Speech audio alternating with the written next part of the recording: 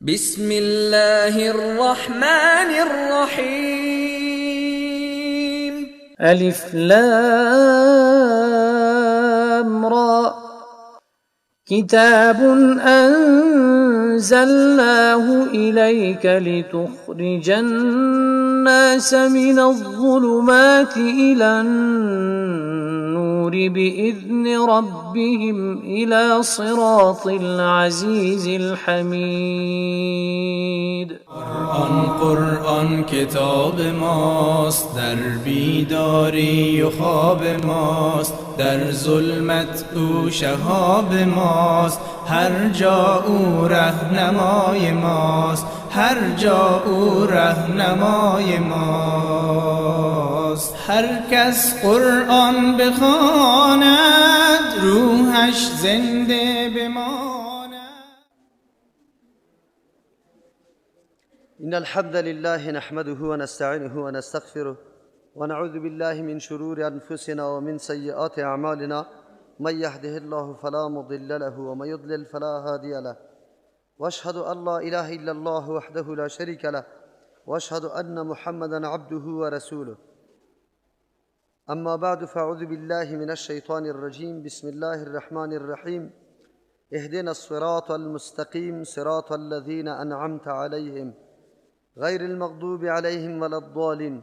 یا الله برای ما راه درست و راست رهنمایی کو، راه کسانی را که تو انعام کرده ای برایشان که مغایر هستند، امرای کسانی که غضب سرشان شده و امرای کسانی که گمراهند. بحث ما و شما در موضوع هدایت بود که یک نعمت عظیم الله و امر ضروری در زندگی انسان. دو قسم هدایت دیروز تقسیم کرده بودیم در درس، یکی هدایت عام و یکی هدایت خاص بود. هدایت عام غیر اختیاری بود، الله متعال به کل مخلوقات خود هدایت کرده بود. یکی هدایت خاص بود که کسبی بود، یعنی در اختیار بنده بود که خود کسب بکنه و او توسط کتب آسمانی که توسط انبیاء علیهم السلام تشریع میشه، ما و شما تعبیر با وحی آسمانی میکنیم یا شریعت الله مینامیم او را.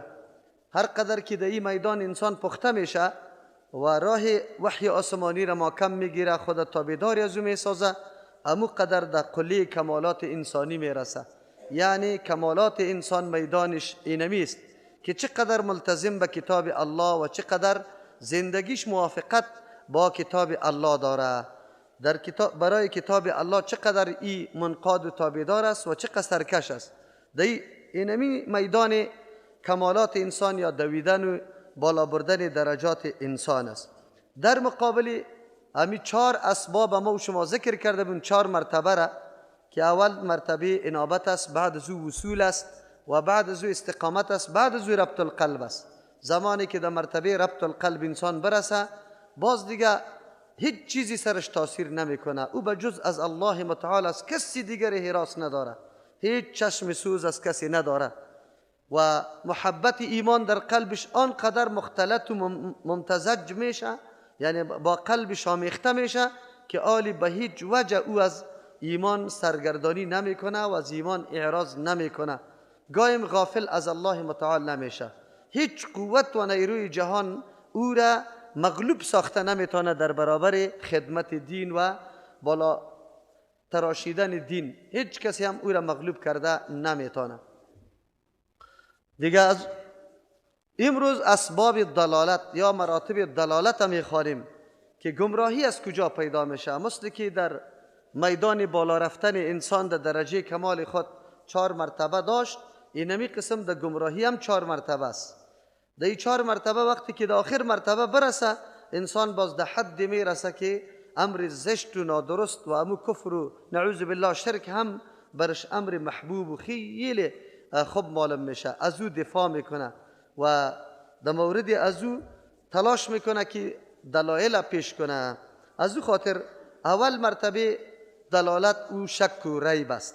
انسان وقت مضطرب و پریشان باشه در مورد کس یک چیزی نمیتونه که او رای حق پیدا کرده بتونه، مثلا در مورد دین حق، در مورد عقیده توحید، در مورد درس قرآن کریم یک آدم شک و تردد داره، او نمیتونه از اینی فایده بگیره و این راهیابی بتانه. شک اصلا تمام گناه ها یا بدعت ها و شرک و کفر که پیدا میشه عامل اصلی از او دو چیز است، یا شهوت است یا شبهه.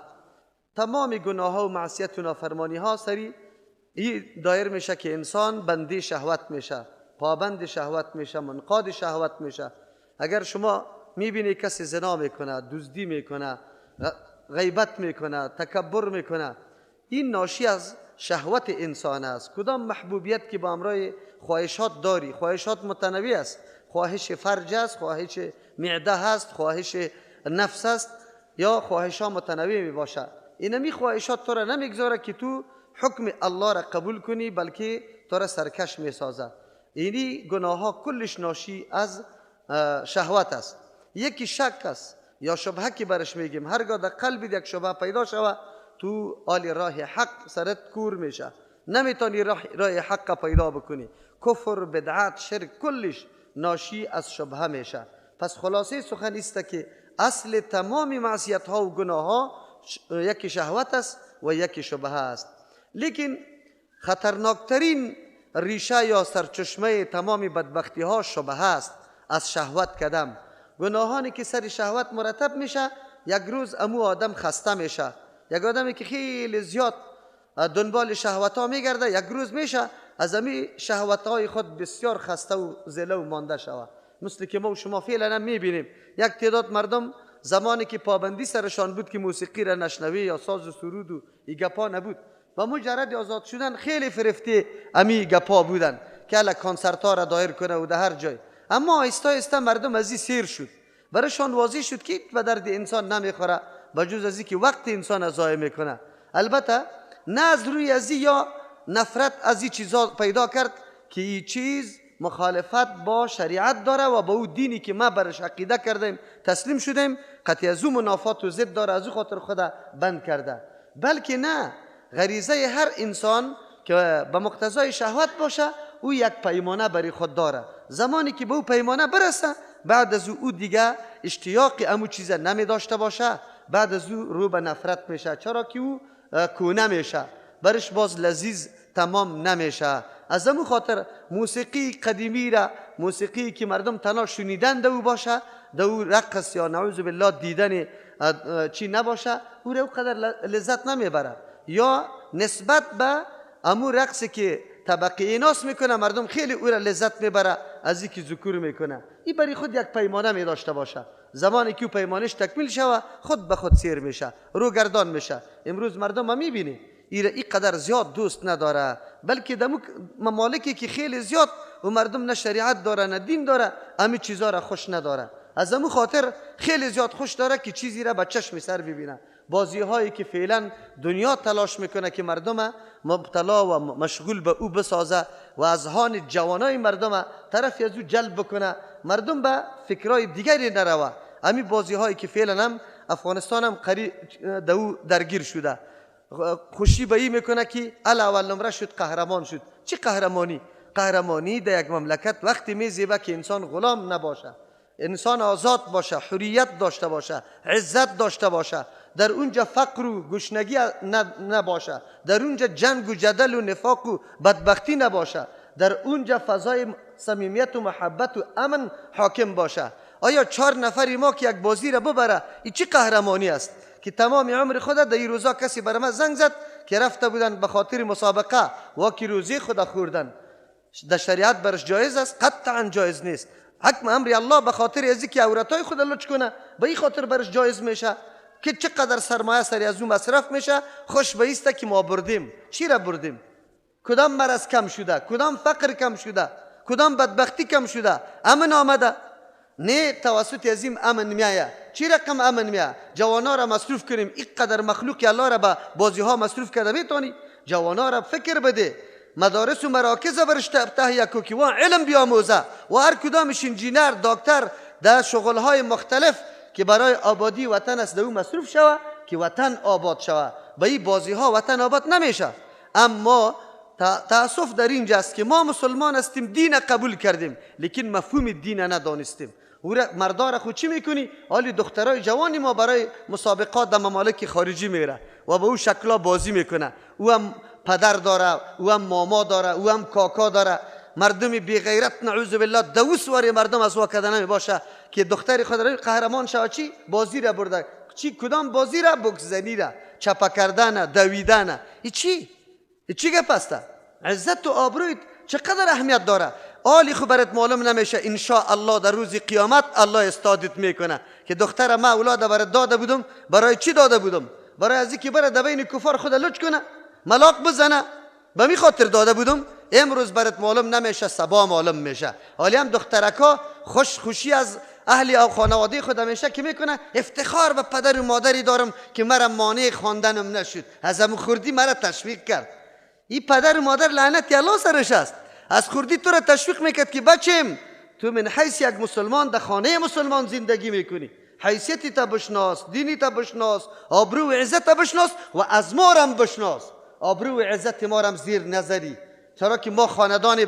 با عزت تیر شدیم ما را قطی خاک یکسان نکنی دخترایی که امروز خانواده خود قطی خاک یکسان کرده نه عزت برش مانده نه آبرو چرا که تمام شرافت خود از دست داده در بدر شده تعصف در اینجا است که یک طرف دعوای اسلام میکنیم و دیگر طرف به ضد اسلام به مقتضای خواسته های دنیای کفر استعمار ما میرقصیم نعوذ بالله تابعداری از او را میکنیم این ما واضح میگم که در حقیقت غلامی استعمار است ما اگر بازی ها را میآموزیم تفنگ بزنیم نشانه را بزنیم اسبوانی را یاد بگیریم بازی را یاد بگیریم که ما در میدان جهاد در مقابل کافر مکمل پیروز باشیم ما عقیده و انگیزه داشته باشیم در مقابل کفر غیرت داشته باشیم که هر نوع تهدیداتی از و تبلیغاتی از و سر ما تاثیر نکنه این میدان باید آدم گرم بکنه این میدان نه اون میدان نیست منظورم چیسته که هر چیزی که خواسته شهوت باشه یک روز نه یک روز کاسهش لبریز میشه بعد از او باز تو او را تقاضا نمیکنی میشه یک انسان سالا شما به صدها نفری خواننده را دیده که اسلام آورده چرا او سیر شده هر قدر که او در میدان خودت دید امی اطمینان قلب برش حاصل نشد امی وجدانش امی نفسش تقاضا کرد که ما باید یک جای برم سکون و آرامش برم پیدا شود الحمدلله اکثریت خواننده ها و سازنده های دنیای غرب امروز اسلام میاره علت است که او پیمانه لبریز شده دیگه نفس بالکل تنگ آمده او حالی برای خود جا طلب داره جای مطمئن او جای مطمئن به جز از تسلیمی به نظام الله به قانون فطری الله که موافق اصل طبیعت و سرشت انسان است هیچ جای دیگه سکون پیدا نمیشه از او خاطر میگم که تمام معصیت ها و گناه هایی که مرتب سر شهوت است یک روز نه یک روز ختم میشه شده میتونه عامل از او توبه بکنه لیکن خطرناکترین معصیت و گناه که ناشی از شبهه میشه این بسیار خطرناک است از امو خاطر وقتی کدام مرض از شبهه پیدا شده باشه اون مرض دیگم اوج میگیره دیگم قوت پیدا میکنه در سر حد میرسه که امر خوب برش زشت معلوم میشه زشت برش خوب معلوم میشه استعمار جهانی امروز ببینه هلاک کردن به میلیون ها مردم توسط بم اتم ایره چی میدانه ایره عزت میدانه ایره میگه خلاصی مردم از تکلیف میدانه که ما اینقدر جنگا را ادامه نمیدیم بیا بخیر در بحث منافقین چهره استعمار برای ما واضح میشه که در لباس صلح و خیرخواهی در وطن امام داخل شد اما جنایاتی که انجام داده به الله قسم اگر در تاریخ کسی انجام داده باشه آیا این درست است که در وقت خو اطفال مردم در زیر بم پارچه های گوشتش در هوا بالا شود نشده در افغانستان یک معامله نه بس ها معامله آیا در عین عروسی که روزی خوشی یک انسان است در اونجا به ما پرتافته نشده صحنه خوشی مبدل به غم نشده آیا در صحنه های جنازه و اجتماع مردم امی بازی های فوتبال خودشان که خیلی ارزش برش قائل است در می افغانستان بمبارد نشده از این که در جنایت‌ترین چهره ها دیگه کیست اگر بازم یک کسی یارا حامی حقوق بشر میداره من میگم او جیمان نداره او هیچ غیرت نداره او باید بگه که من اعوذ بالله کافر هستم از کافر دفاع میکنم کدام چیز است که برای ما باقی مانده باشه هیچ چیز نه باقی نمانده جنایاتی که در تاریخ شده از دست استعمار بزرگ شده یک فرد یک شخص در یک جای یا بینی زنی خود بریده یا انگشت زنی خود قطع کرده یا بچه خود او تور کرده یا همسایه خود در داده این جنایات فردی است. جنایات فردی، فرد کسی کنترل نمیتونه. یک آدم دیوانه میشه، اعصابش خراب میشه، لیکن او دلالت بالای خشونت جامعه نمیکنه، او دلالت بالای زشتی نظام و آیین نمیکنه که قانون و نظامی که عقیده داره او زشت است. افراد کنترل نمیشه، اما نظام، تو خو نظام هستی، عسکر در زیر فرمان قماندیت است، تو تکمیل میکنی. طیاره در زیر فرمان تو است که بم در کجا میپرتی و نمیپرتی. حالی شما بگوی که جنایات استعمارگرا خیلی قوی است یا افراد که یک جنایت میکنه؟ ولی افسوس است چمچه ها و غلامای دیرینه همیشه پیدا میشه، امین لبهای خود شور برای دفاع امی از جنایتکارای تاریخ میکنه. روز قیامت الله این مردم ها ایمان هم نمی داشته باشه. در پیش مسلمان ها خو خجالت هستن، رسوا هستن، اونجا باز عذاب الله را باز مشاهده کنه، ببینه. نکنه مسلمان الله بری تو عزت داده، اینطور دین برات داده که این دین تو را از همه امت ها کرده سطح بالا برات قرار داده ده. مو قرار بگی غیرت داد میزنیم، ما اولاد غیرتمند وطن هستیم. غیرت باباها و اجداد ما دمی بود که زنای خود لچ کرده بود، در میدانای فوتبال برده بود یا نوکری مردم کرده بود. ما که امروز یاد میکنیم از بابا و اجداد خود، تلخان در پشت سرشان، توت در پشت سرشان، نان به گدایی پیدا میکردن، تا فنگ سادگه که چقمقی قطعش بود، لیکن انگلیس اینجا جای نداشت. انگلیس اینجا جای نداشت. تو افتخار سر ازو که میکنی، اونو تو غیرت داشت. توی امروز لندکروزری قوی که تا شده نمیتونی، دخترک جوانی عروس جور شده، تو علی دکو بر آمده میتونی؟ غیرت و شهامتی تا برد از بین. تو مسلمانی واقعی باید چی را یاد بگیری؟ منظورم میسته مرضی که از شبهه پیدا میشه خطرناک است. امروز دوستای ما میگه که جهاد جهاد جهاد. شما باور به الله بکنی تا که جهاد مرکز تعلیمه، مرکز فرهنگی تا قوی نسازی، به الله قسم اگر در سنگری مقابله و تفنگ کامیاب شوی. این را یاد داشته باش. او سنگر که قوی نگاه میکنه، همین جوانی که انگیزه از قرآن گرفته نگاه میکنه، نمیتونه نگاه کرده. و امروز حملات دشمن آنقدر که سری مراکز تعلیمی و فکری ماست، در هیچ جای قدر حملات وجود نداره، در هیچ جای.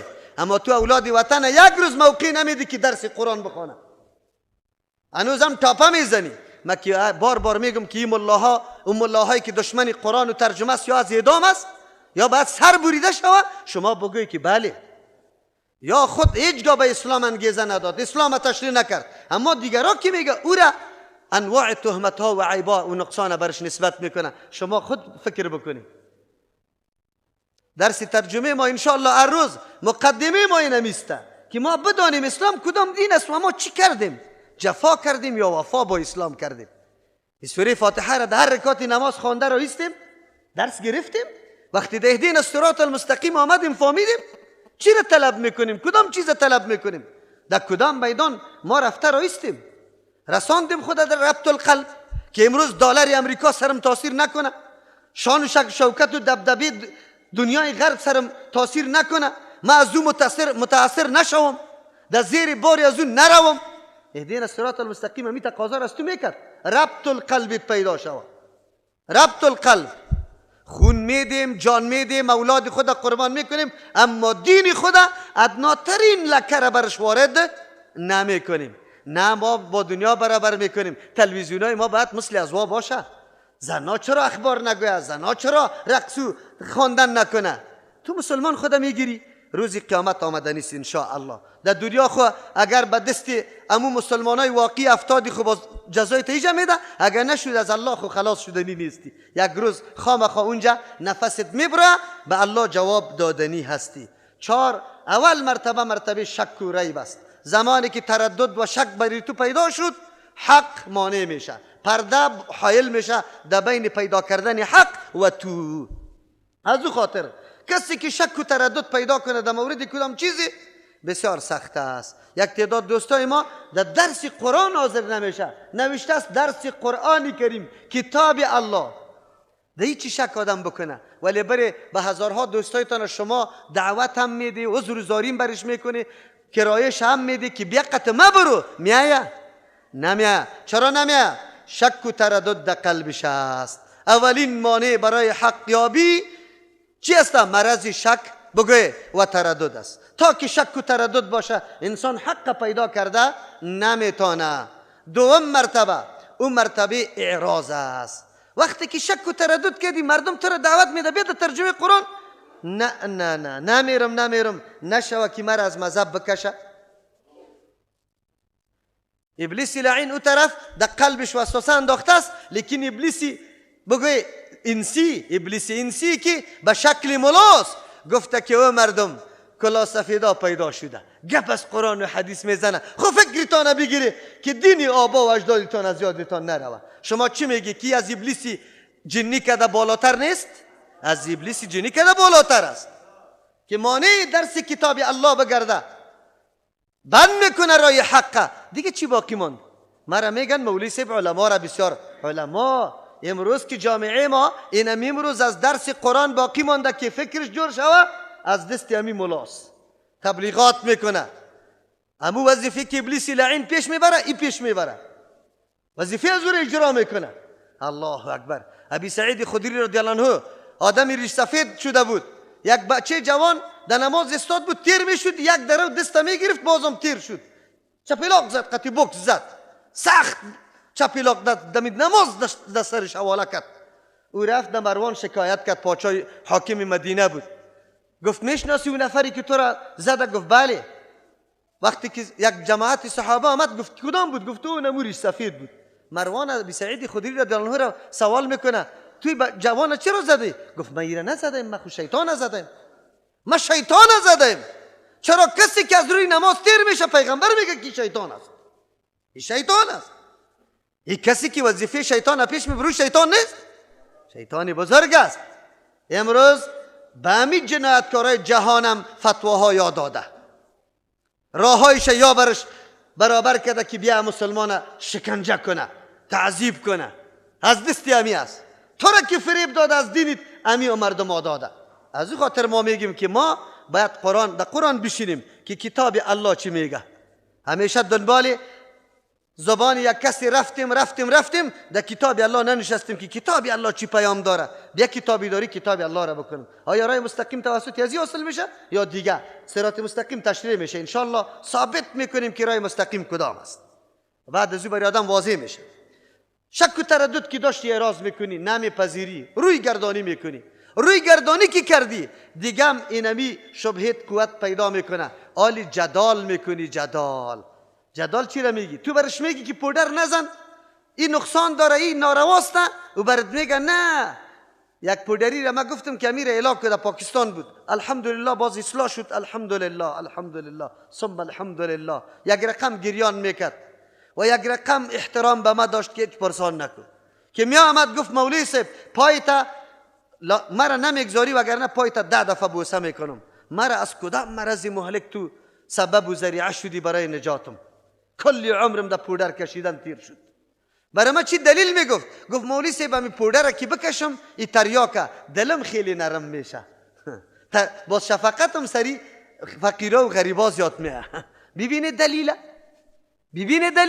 امروز مردم ها سود میخوره، خود دلیل شیطانی داره. چی میگه؟ مدرسه را کمک میکنم، روزی پنجشنبه ختم میگیرم، فلانی جای مسجد جور میکنم. اما زنی که زنا میکرد باز میآمد مسجد جور میکرد. عجیب است. این دلایل ابلیسی است. این انحراف از دین است. این جدال است. تو هنوزم دفاع از جنایت خود میکنی. نمیکنه. چنگیزا وقتی که آمدن مسلمان ها را آزار و اذیت میدادن، برشان گفت که چرا اینقدر ظلم؟ گفت آیا این مردم جنایتکار خیلی گناهگار نیست؟ گفت بله هست. گفت خیر ما سر ها مسلط هستیم، بعد همینطور جنایتکارا را ما خب رنجو چی بگوید شکنجه کنیم. و بدبخت جزا دادن خو کاری کی است؟ الله متعال است. تو چی هستی؟ بله اگر جزاهایی که الله بری تو حواله کرده مثل قتل ناحق شوه، زنا شوه، دزدی شوه، این را تو انجام بده. نه ای که مردم عام و خاصه خرد و کلان زن و بگوی مرد چوچه و جوان کلش کشته برو، این خوب شما نیست. این دلیل میگه. 4 مرتبه چی است؟ ختم القلب. قلب یک دفعه مهر و لاک میشه. الله در هر وجود هر انسان یک استعداد، یک قابلیت گذاشته. تا وقتی که در این مرحله موجود است امکان پذیرش حق وجود داره یا آدم میشه از راه ناحق و انحراف دور بخوره به طرف راه حق بره. اما وقتی در این مرتبه برسه باز سخت پخته میشه. قرآن از یاد میکنه، پشت سر میخوانیم ان الذين كفروا سواء عليهم اانذرتهم ام لم تنذرهم لا يؤمنون. چرا؟ ختم الله على قلوبهم. الله قلبای از یارا مهر لاک کرده. الله اینقدر ظالم خو نیست. نه کدام امکاناتی که الله برای از یاد داد او را غلط استعمال کرد. این گوش برای شنیدن قرآن، وعظ، نصیحت، گپای خوب بود. این کل عمر گوشکی را ماند. جوانا را امروز میبینه رستا بگار شود، حتی در شود گوششان میباشه. ساز ایندی را مانده شنیده را ایسته. الله گوش به چی داده بود؟ به چی استعمال کرد؟ این زبان داده بود که به فصاحت قرآن بخوانه، اما این کل عمر خود ده بگیز بیت خواندن تیر کرد. این قلب برش داده بود تفکر بکنه در این کائنات الله متعال، مخلوقات الله متعال، الله را بدانه، توحید الله را بدانه. این فکر به این میکرد که مخارج یا راههای نعوذ بالله پورا کردن غرایز جنسی ما کجا پیدا میشه. کل عمر دایی تیر کرده. الله بر ما قوت و محنت داده که در عبادت الله و رسیدن به الله آدم محنت بکنه. یا ایها الانسان انک کادح الی ربک کدحا فملاقی. مشقت برداشت که مشقت تکلیف که به الله برسی. امروز تو اگر در خانه خو میکردی درس قرآن نمیشنیدی، تکلیف بکش، رنج سری بیار. خواهرای نازدانه ما واری نشو، خفه نشون. یک تعداد میگه موتری کلان اورم کاستر در بیخی دروازه ما بیایه. و خواهر از الله نمیترسی؟ 4 قدم تو پیشتر رفته نمیتونی که در سرک بروی برای این نعمت الله را تو این قدر ارزش نمیدی؟ یک کمی رنج 5 دقیقه منزل کو که سبا روز یک سنت پیشید باشه که یا الله وعده نماز در تاریکی 10 دقیقه از خانه خود منزل کردیم به خاطر ترجمه قرآن که سند برد باشه، پیش الله گردنت بالا باشه. هر کدامشان متروانا بیچاره بچی هستن. هر کدام میگه دمی دانی دروازه ما باید تو بیایی، کوچه به کوچه بگرد. او خواهرم یک کمی قدمی ترنجه کو بخیر، وقت و وعده را بشناس، وقت دموجه باید حاضر باشی. ناز و نزاکت نکو، با نمیگه پاره. وقتی ناز و نزاکت نیست. تو مسلمان هستی، همت داشته باش، غیرت داشته باش. قرار نه باز 4 دانه پیدا شوه، گاهی یک مطالبه میکنه، گاهی یک موتر، گاهی دیگه موتر. آخرم 1 نفر و 2 نفر به کجا برسه؟ تلفن ما 4 نفر در فلان جا هستیم. خدا برابر کو بیا یک روز در 1 ساعت اینجا بیا، از این طرف موترا برات معلوم میشه در کدام مسیر میره بالا شد. خیر است یک کمی پیاده روی، یک در کدام جای باقی میمانه. این پیسه خو کان نیسته. این دوستای ما برادران و خواهران الحمدلله الله در عمر و مال و اولادشان برکت بندازه، اجر جزیل الله برش بده، بیازو الله برش میده. این بری تو موتر مهیا کرده، خبر داری؟ تو قدر و قیمت همین طور اشخاص و انسان ها را میفهمی یا نمیفهمی؟ خودش در نروژ، در سویدن، در استرالیا، در کانادا، در جرمنی، در انگلستان، در دنمارک، در روسیه، در اوکراین، در ریاض، در جده زندگی میکنه، در مکه و در مدینه زندگی میکنه، در ممالک کفری، نروژ، سویدن. از اونجا روان میکنه که مولوی صاحب این پوله به خاطر گرفتن موتر به خواهرها که مادرها جور شو عقیدهش، او غم عقیده از زیر داره. اما اینجا خدا یک کم 4 قدم رنجه نمیدیم که خود ما همه چیز تنظیم کنیم. یک کمی از همت کار بگیره، اینقدر بی‌همتی را به خود راه نده. ما تا که در مورد دین خود چی قربانی دادیم؟ بره قرآن کریم ما از دست دیگه کس است، چشمی ما مانده که قرآن کریم برای ما دیگه کس بخره، کرای موتری ما را دیگه کس بده.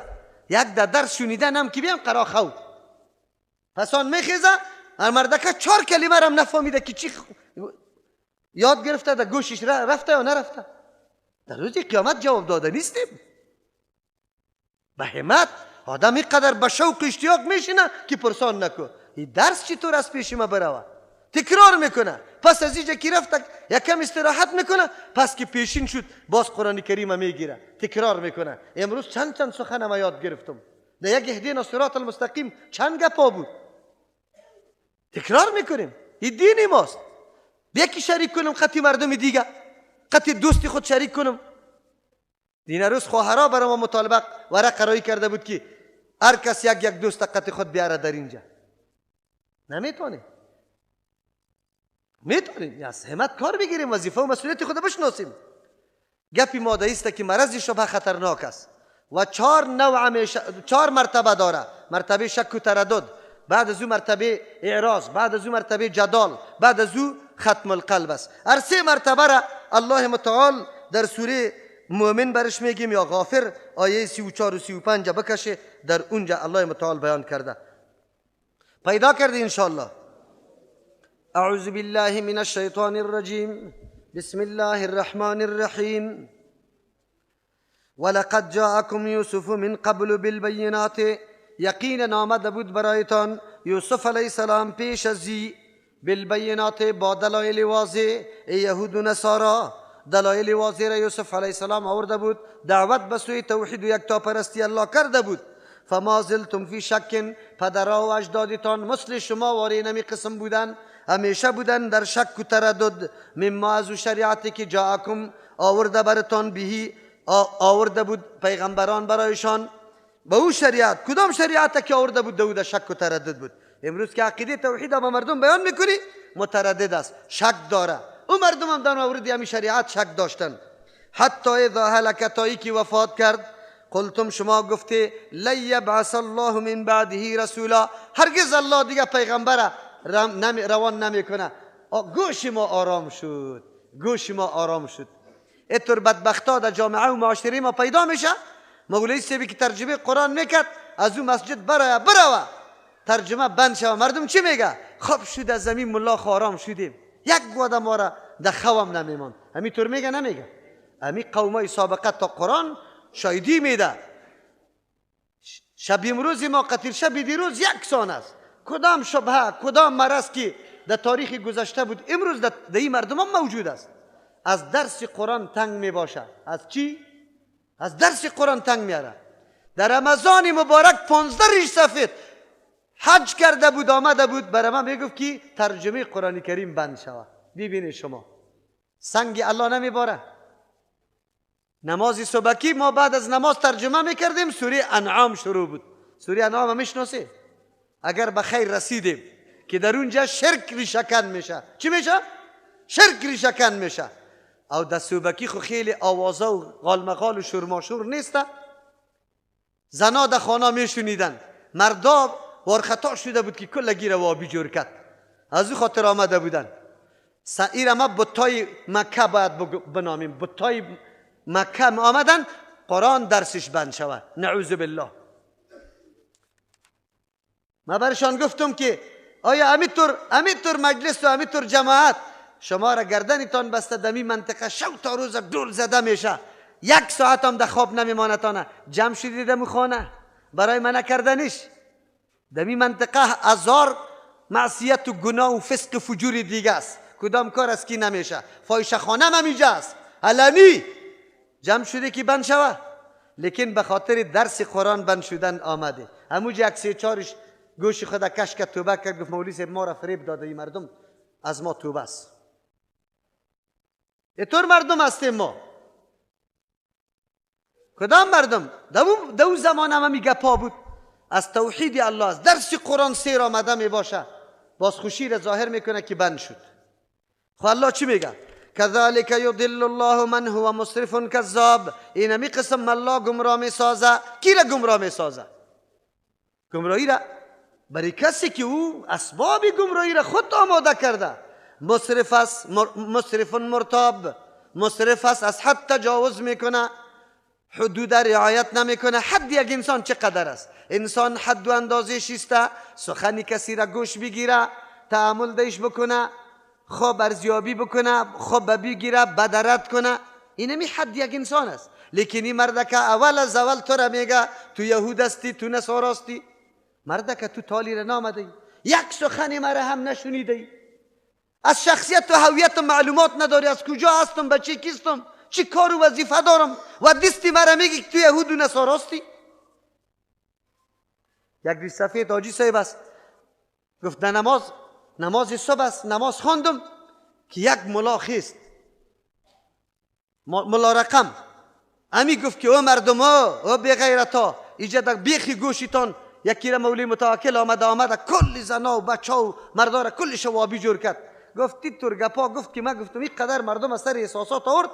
گفت من دلم گفتم بسیار میترسیدم که مبادا مردم ازم یولی حرکت نکنه سری مولی سری مسجدش بلوا نبره. گفت بسیار همینطور وار خطا بودم که الحمدلله گپا خلاص شد، مردم هیچ خود شور ندادن. گفت وقتی که برآمد از مسجد من برآمدم در پالوی همین نفر روان شدم. گفت نه همینطور گفتم خود جناب چقدر خوب گپا زدی والا الله برات اجر بده، دلسوزی دین خو خیلی زیاد هستی، بسیار غمخوری دین کردی. خود تنها یک سوال از تو دارم، همین کسی را که تو گفتی که اینجا در نزدیک ما و شماست در مسجد ای را دیده ای از نزدیک میشناسیش گپایش شنیده؟ گفت نه. دیده ای نه، گپش شنیده ای نه، میشناسیش نه. تو خو گفتی که اینطور است چطوری گپا گفتی؟ گفت خو مردم میگه. گفت من برش گفتم که جناب محترم از تو کده دو آتشه ما بودم، بسیار احساساتی بودم. یک روز از روزها به می قصد رفتم که تو باش نعوذ بالله این ملعون ببینم، سخنش بشنوم. زمانی که داخل مسجد شدم در ترجمه قرآن کریم شیشتم، خو انشاءالله که تا آخر گریان کردم، آخر از خجالت زدگی دست دادن نتانستم بیرون برآمدم و قطعی خود گفتم که یا الله تو را مرا معاف کن. ما چی تصور داشتم و امروز به یک نشستن من این قدر دین یاد گرفتم، این قدر مغزم ایلا شد که پرسان نکن. در درس قرآن بودم. تو هم یک روز تو یک دفعه برو چرا اینطور یک گپا را گفتی؟ گفت من کمی خودم علامت کرد. گفت والا من خواهم راستیم ندیده بودیم. حد انسان چقدر است؟ سخن بشنو، تحقیق بکو، بررسی بکو ایش کی است، چی سخن میگه، کدام طرف دعوت میده. شاگردای داریم که انشالله سال 83 به این طرف همراه ما است. کسی سند ثابت کرده میتونه که ما نعوذ بالله به سوی انحراف، بیراهی، گمراهی، یهودیت، نصرانیت دعوت داده باشیم؟ ما را میگه این شیخ سید عبدالکریم هم از 83 قطعه یک جای هستین و چقدر با وصفی که کرایه موتر هم نداره خدا میرسانه. خود تو تحقیق بکو، معلومات بکو چی میگه، ما کدام طرف ده. بزرگترین اتهامشان دو اتهام خیلی قوی سر ما داره. یک اتهامش است فرقواریت دامن میزنه. راستی تا نبگوی ما دعوت به توحید و یکتا پرستی میدیم یا دیگه مردم؟ ما میگیم واعتصموا بحبل الله جمیعا. نکنه خود حنفی، شافعی، مالکی، حنبلی معرفی نکنه، محمدی معرفی کنه. یک طایفه هستیم در تمام جهان. چرا پارچه کردی؟ امت پارچه کردی. شما دعوت به تفرق میدی یا ما میدیم؟ راستی تا نبگوی. با کتاب الله و سنت رسول الله جمع شویم. نه سخن احمد نه سخن محمود، سخن الله و رسول الله. امی مسلک 4 امام است یا نه؟ کسی این کار میتونه؟ ثابت میتونه که 4 امام گفته که 4 مذهبی ما را پیروی کنه، 4 گروه شوه؟ اگر ثابت کردی ما دستی خود قطع میکنم. مرد دستی ثابت کنی؟ چرا فرقواریت شما پیش برده رایسته؟ ما را متهم به این میکنه. دوم، یا گستاخی شخصیت های بزرگ مجتهدی نمیکنه. به الله قسم عظمت و قدر امام ابو حنیفه رحمه الله که در قلبی مست انشاءالله در قلبی تو وجود نداره. ما به منهج از او روان هستم لیکن تو به منهج از او روان نیستی. در فروعات تو مذهب حنفی را گرفته، او را از خود امام صاحب کدام سند و دلیل نداری. نقل از یک شخص مثلا نقل شده از امام صاحب، دیگه کدام سند نداری، نه کدام کتاب داری از امام صاحب که خودش نوشته کرده باشه. داری؟ رساله خرد نداری جناب. او را در فروع، لیکن در رسول خطوب ابو منصور ماتوریدی که صفات الله را تاویل میکنه تابع از او نیستی. تو را به الله قسم تعالی را عقیدت سر یک کتاب رساله المفنت علی المعتقد که اونجا بگوی اونجا چی میگه؟ مرده میشنوه. او عقیده دو ذکر است. تو تعالی را عقیدت از قرآن و حدیث نمیشناسی و ما را ملامت میکنی که یا تعظیم نمیکنه. تهمت های ناحق. مولوی صاحب امام اعظم مشرک اعظم گفته نعوذ بالله. من ان شاء الله تعالی را امام ابو حنیفه یا سایر علمای دیگر که نامش گرفتیم رحمت الله علیهم، انشالله قطش گفتیم حق داره سر ما، محنت کرده، زحمت کشیده در دین. ای که در اجتهاد خطا شده ما را گفته که در پشت اجتهادی خطای من نبیا. اذا صح الحدیث فهو مذهبی. حدیث صحیح مذهبیش است. حدیث صحیح مذهبی کیست؟ منهج کیست؟ سلف صالح. سلف صالح. من دعوا دارم که امروز در راه سلف صالح بریم، کاری که وا نکرده نکنیم، بدعتا را نکشی. شما 1000 بدعت در نماز میکنی، در مختلف زندگیتان میکنی. امام ابو حنیفه رحمه الله بدعتا را کرده بود. تو که دعای اجتماعی میکنی کرده بود. تو که 3-4 سال پیرگی کرده بود.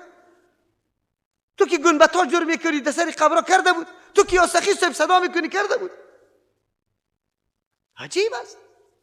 ما را میگه ما انشاءالله در این شکی نیست که یک تعداد راستی هم یا خود منسوب به ما بکنه، اگر یک روزم در درس ما نیست خود بگوید که شاگرد مولوی صاحب است، یا خود بگوید که من سلفیستم.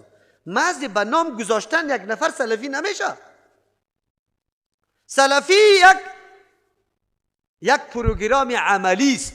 تا که پروگرام عملی مکمل انجام ندی تو سلفی شده نمیتونی. و محض نام آدم سلفی نمیشه. با یک رفع الیدین آدم سلفی نمیشه. با یک آمین به زور گفتن او سلفی نیست.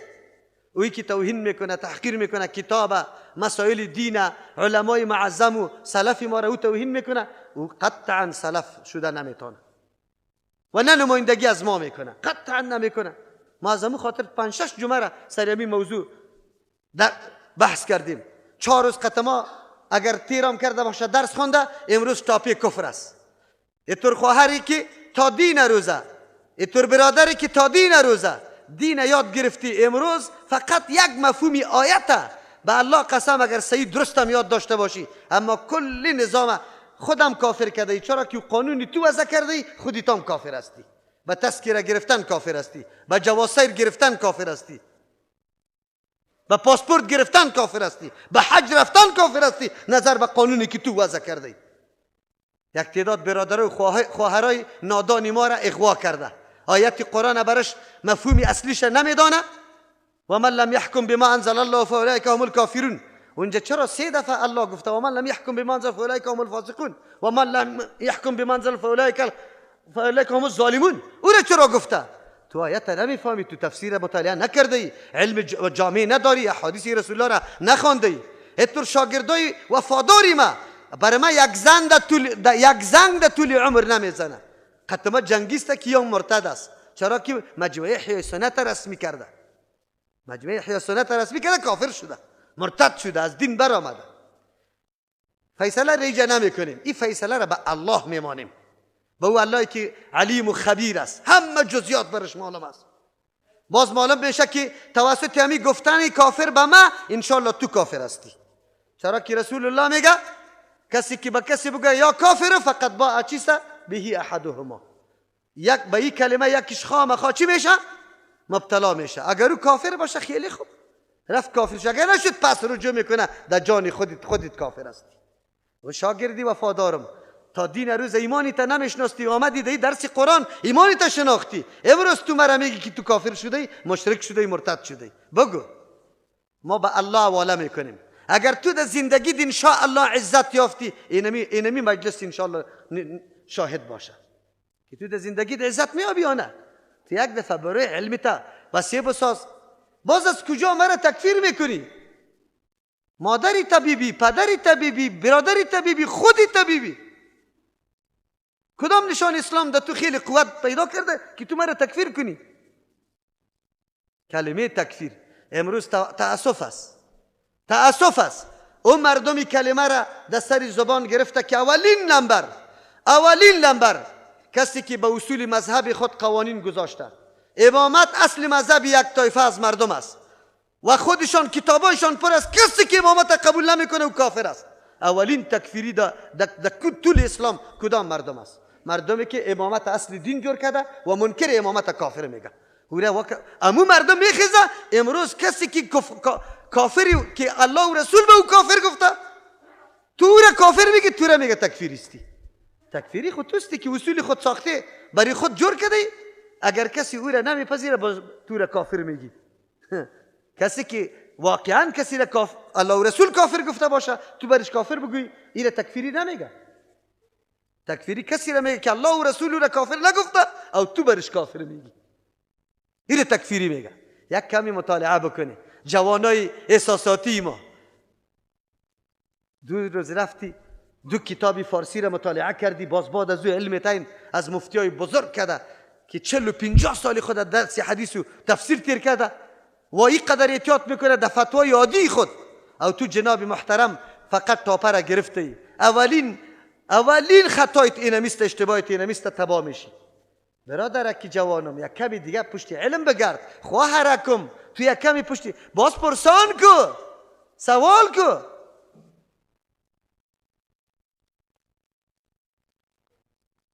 ما گفتم که الله متعال گمراه کی را میکنه؟ مصرف باشه، مرتاب باشه. مصرف که حد و حدود نمیشناسه. تو در حد و حدودی که فتوا نرسیده جناب، یک ترجمه را اینجا گوش گرفته ای، خلاص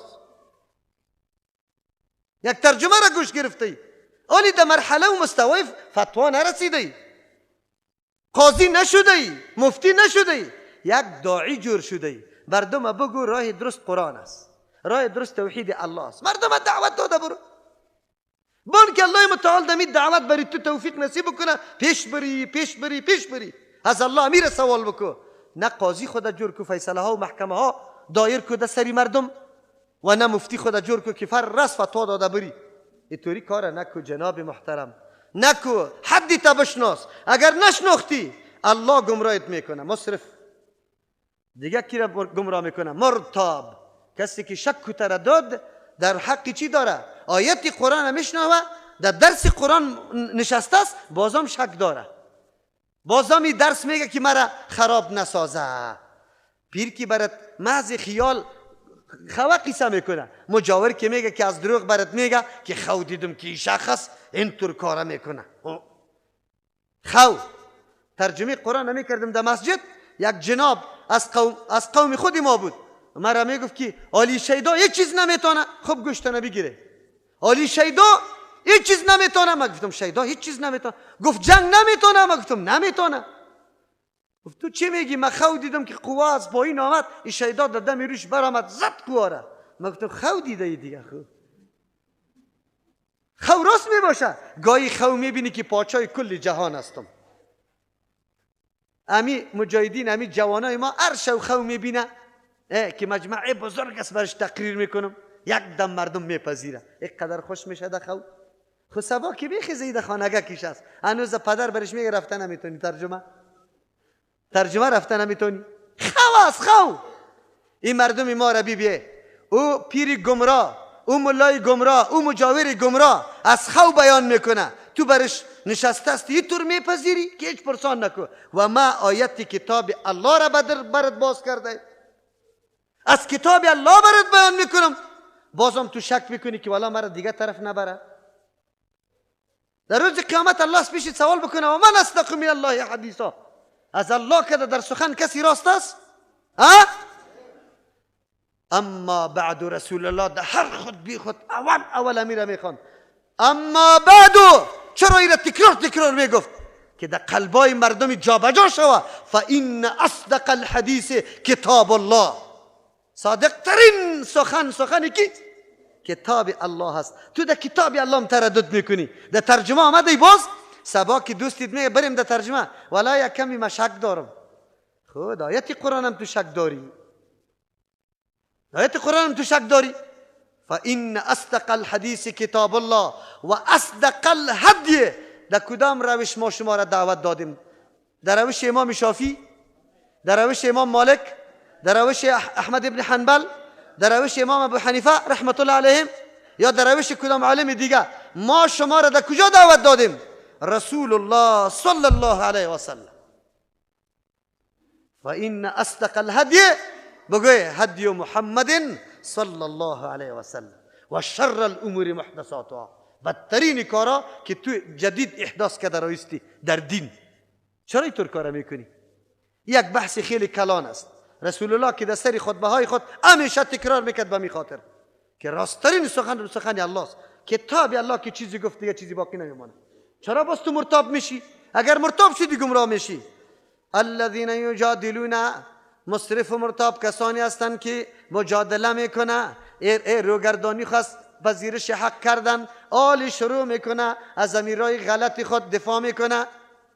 مردم که میگی این ذکر نیست، در گرد لاسپیکر که جمع شده هیاهوی کده رایسته، مدح پیری خدا کرده رایستی، ذکر نیست. محمد رسول الله که بگوی ذکر نیست.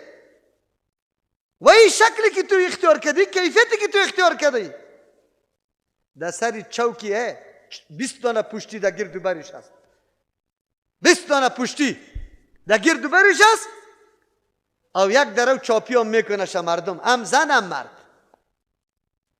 زنا را چقدر مهارت داره ای بدبختا. میگه کمری تا بسته کردم، دختری جوانه میگه کمری تا بسته کردم تو دیگه شوی نمیتونی. او را باز نظر میکنه در خانقاه، همونجا باشه قطی پیری صاحب، خدمت پیری صاحب بکنه.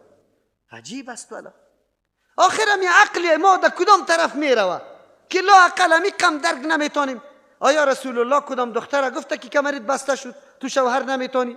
آن چیزی که الله امر کرده، فانکحوا ما طاب لكم من النساء مثنى وثلاث وانکحوا الایام منکم والصالحات. الله فرمان میده، رسول الله میگه من رغب عن سنتی فلیس منی، که نکاح نمیکنه از من است. ولی تو میری در خانقاه پیر صاحب دختر جوان شوهر نمیگیری. از این که در الحاد و بیدینی بزرگ دیگه است. بگوی مردم تباه شده. مردم این درسای قرآن که نباشه، مردم کدام طرف روان است؟ چی میکنن؟ آلی از این کاری ناروای خود دفاع میکنن. چی میگه؟ تزکیه در اسلام است. تزکیه در اسلام است، نه تصوفی نام نهادی تو، نه طریقه های گمراهی تو، رقص و بازی تو، ساز و سرودی تو، مسجد به حرمتی تو، حلال حرام ساختنی تو، حرام حلال ساختنی تو. این خود دین نیست. تزکیه در دین است. تزکیه توسط چی حاصل میشه؟ در حقوق قرآن براتان گفتم، تلاوت کتاب الله، فهم معنای کتاب الله، عمل به احکام کتاب الله، تزکیه حاصل میشه. تو همینطور تزکیه داری؟ در خانقاه تو تلاوت کتاب الله میشه، ترجمه قرآن میشه، عمل به احکام الله میشه. کی تزکیه بیا؟ تزکیه از کجا میاد؟ الله رحم بکنه. الذين یجادلون، کسانی که مجادله میکنه، گفتگو میکنه، بحث میکنه، فی آیات الله، هدایت های الله، بغیر سلطان، بدون کدام دلیل اتاهم که برشان آمده باشه، سند نداره، دلیل نداره. آیت دیگر رقم توجیه میکنه. آیت ظاهرش تقشعر منه جلود الذین چیست یخشون. ذکر الله که میشه، مویاد تنی او مردمان میخیزه که و از الله میترسه. او آیت میگه ما که ذکر میشه، اینا ما در وجد که میایم، اینا در قرآن هم ذکر شده. و بدبخت اونجا خواست ترس و حراس الله موی در تن خیسته، آنقدر عاجز شده، آنقدر حالت سرش چی آمده که پرسانه شما خو مست میشه. خیلی خوب جناب محترم، این مستیتان از جذبه دین است. راست میگه. در سری اینمی اوتل بالا میکنم، تا سری موره میشانم، تا ذکر شروع میکنم که تو مست میشی یا نه؟ زیر میفتی؟ در لبی چا میمانم، در لبی اگلر ذکر شروع میکنم که تو حالی زیر دو چقوری میفتی یا نمیفتی؟ تعجب است. در بین این قدر مردم که کج و پیچ است، رقصا میکنی، هیچ در کسی نمیخوری. این وجدی تو چی رقمی وجد است؟ کبر مقتن عند الله، نمیگم من خود، این سخن از خود نمیگم. الله میفرماید کبر خیلی بزرگ است، مقتن از روی غصه، عند الله بنزد الله متعال، که یا مجادله دفاع از نعوذ بالله باطل میکنه، از گپی غلطی خود دیگم دفاع میکنه. و عند الذین آمنوا، بنزد مؤمنان کار خیلی مبغوض است، خیلی مورد سرزنش است. پس مؤمنی که به این کارا راضی است، میره در مجلس شانای خدا شور میده، یا هم در جمله مبغوزین الله آمده. مؤمن واقعی قطعی طور رسما و رواجای ساختگی سخت نفرت داره. سخت چی داشته باشه؟ قطع بدعت سخت نفرت داره. هرگاه قطع بدعت نفرتت قوی شد، بفهمی که تو محبت دین در قلبت است. کذالک یطبع الله، اینمی قسم مهر میمانه الله علی کل قلب، بالای هر قلبی که متکبرین، ای خدا کلان چی میکنه؟ میتراشه، بالا خدا میتراشه. جبارین، او کسی که دیگرها را حقیر میشماره، دیگرها برش مرچه معلوم نمیشه، اینطور مردم را الله در قلبش چی میکنه؟ مهر میمانه. چرا؟ این آدم آنقدر متکبر است ترجمه قرآن را نمیشنوه، میگه ما نیاز به قرآن نداریم. کدام طایفه است که میگه ما نیاز به قرآن نداریم؟ میشناسیش؟ بشناسی. من نمیگم، قرآن میگه. کسی که از درس قرآن متکبر است، جبار است، میگه ما نیاز به قرآن نداریم، ما خود راهیاب هستیم. از کجا میگیریم؟ از نفس میگیریم. باز چی میگه؟ ریاضت زیاد کردم، خیلی ریاضت کردم، خوای مختلف میدیدم، ناگهانی آواز عاطفی سرم شد. یک روز در یک دشت روان بودم، آواز عاطفی سرم شد. 3 آواز شده. در یک آواز مرا گفته که مردم دعوت بدی به دین الله. تو خود دین الله را نمیشناسی، نمیفهمی، چطور دعوت بدی؟ و بدبخت یک روز مدرسه را نخوندی که قرآن و حدیث یاد داشته باشی. دوی دیگهش پیشم چی است؟ پنهان است. دوی دیگهش که پیش پنهان است کدام سخن است؟ خبرداری مردم دعوت بدی یعنی تو پیغمبر هستی، نعوذ بالله، دعوای پیغمبری میکنه. بودم افغانستان، کلیپام نشر شد. کلیپام نشر شد یا نشد؟ الله ختم قلبه، طبع قلبه زمانی میکنه که مردکه مجادله کنه، دفاع از نعوذ بالله باطل بکنه. در این سرحد میرسه، الله متعال مکمل قلبش دیگه از پذیرش بند میسازه.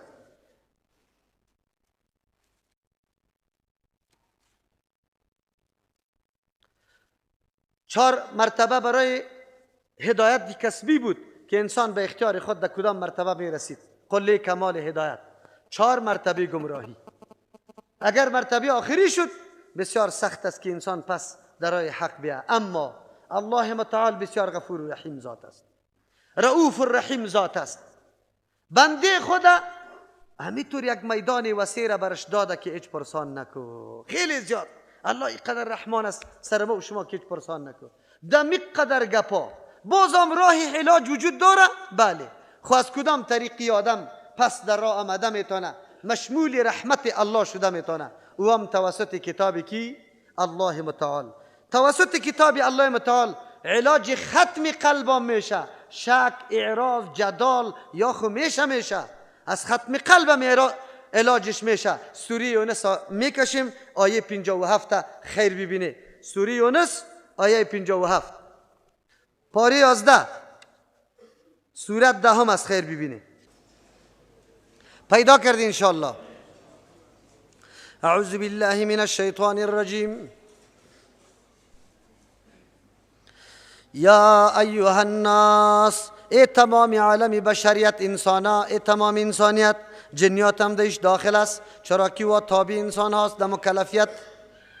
قد جاءتكم موعظة، آمد برتان، یقینا آمد برتان موعظة، نصیحت کامل، سخنای خیرخواهی که شما را از آن چیزی که سبب ضرر تکلیفتان میشه، اطور سخنا برتان آمده که نمیگذاره که شما در طرف حرکت بکنه که سبب ضرر و نقصانتان باشه. وعظ، هر سخنی که تو را از کاری غلط و ناپسند منع میکنه، از اخلاق زشت منع میکنه، او را وعظ میگه. چی میگه؟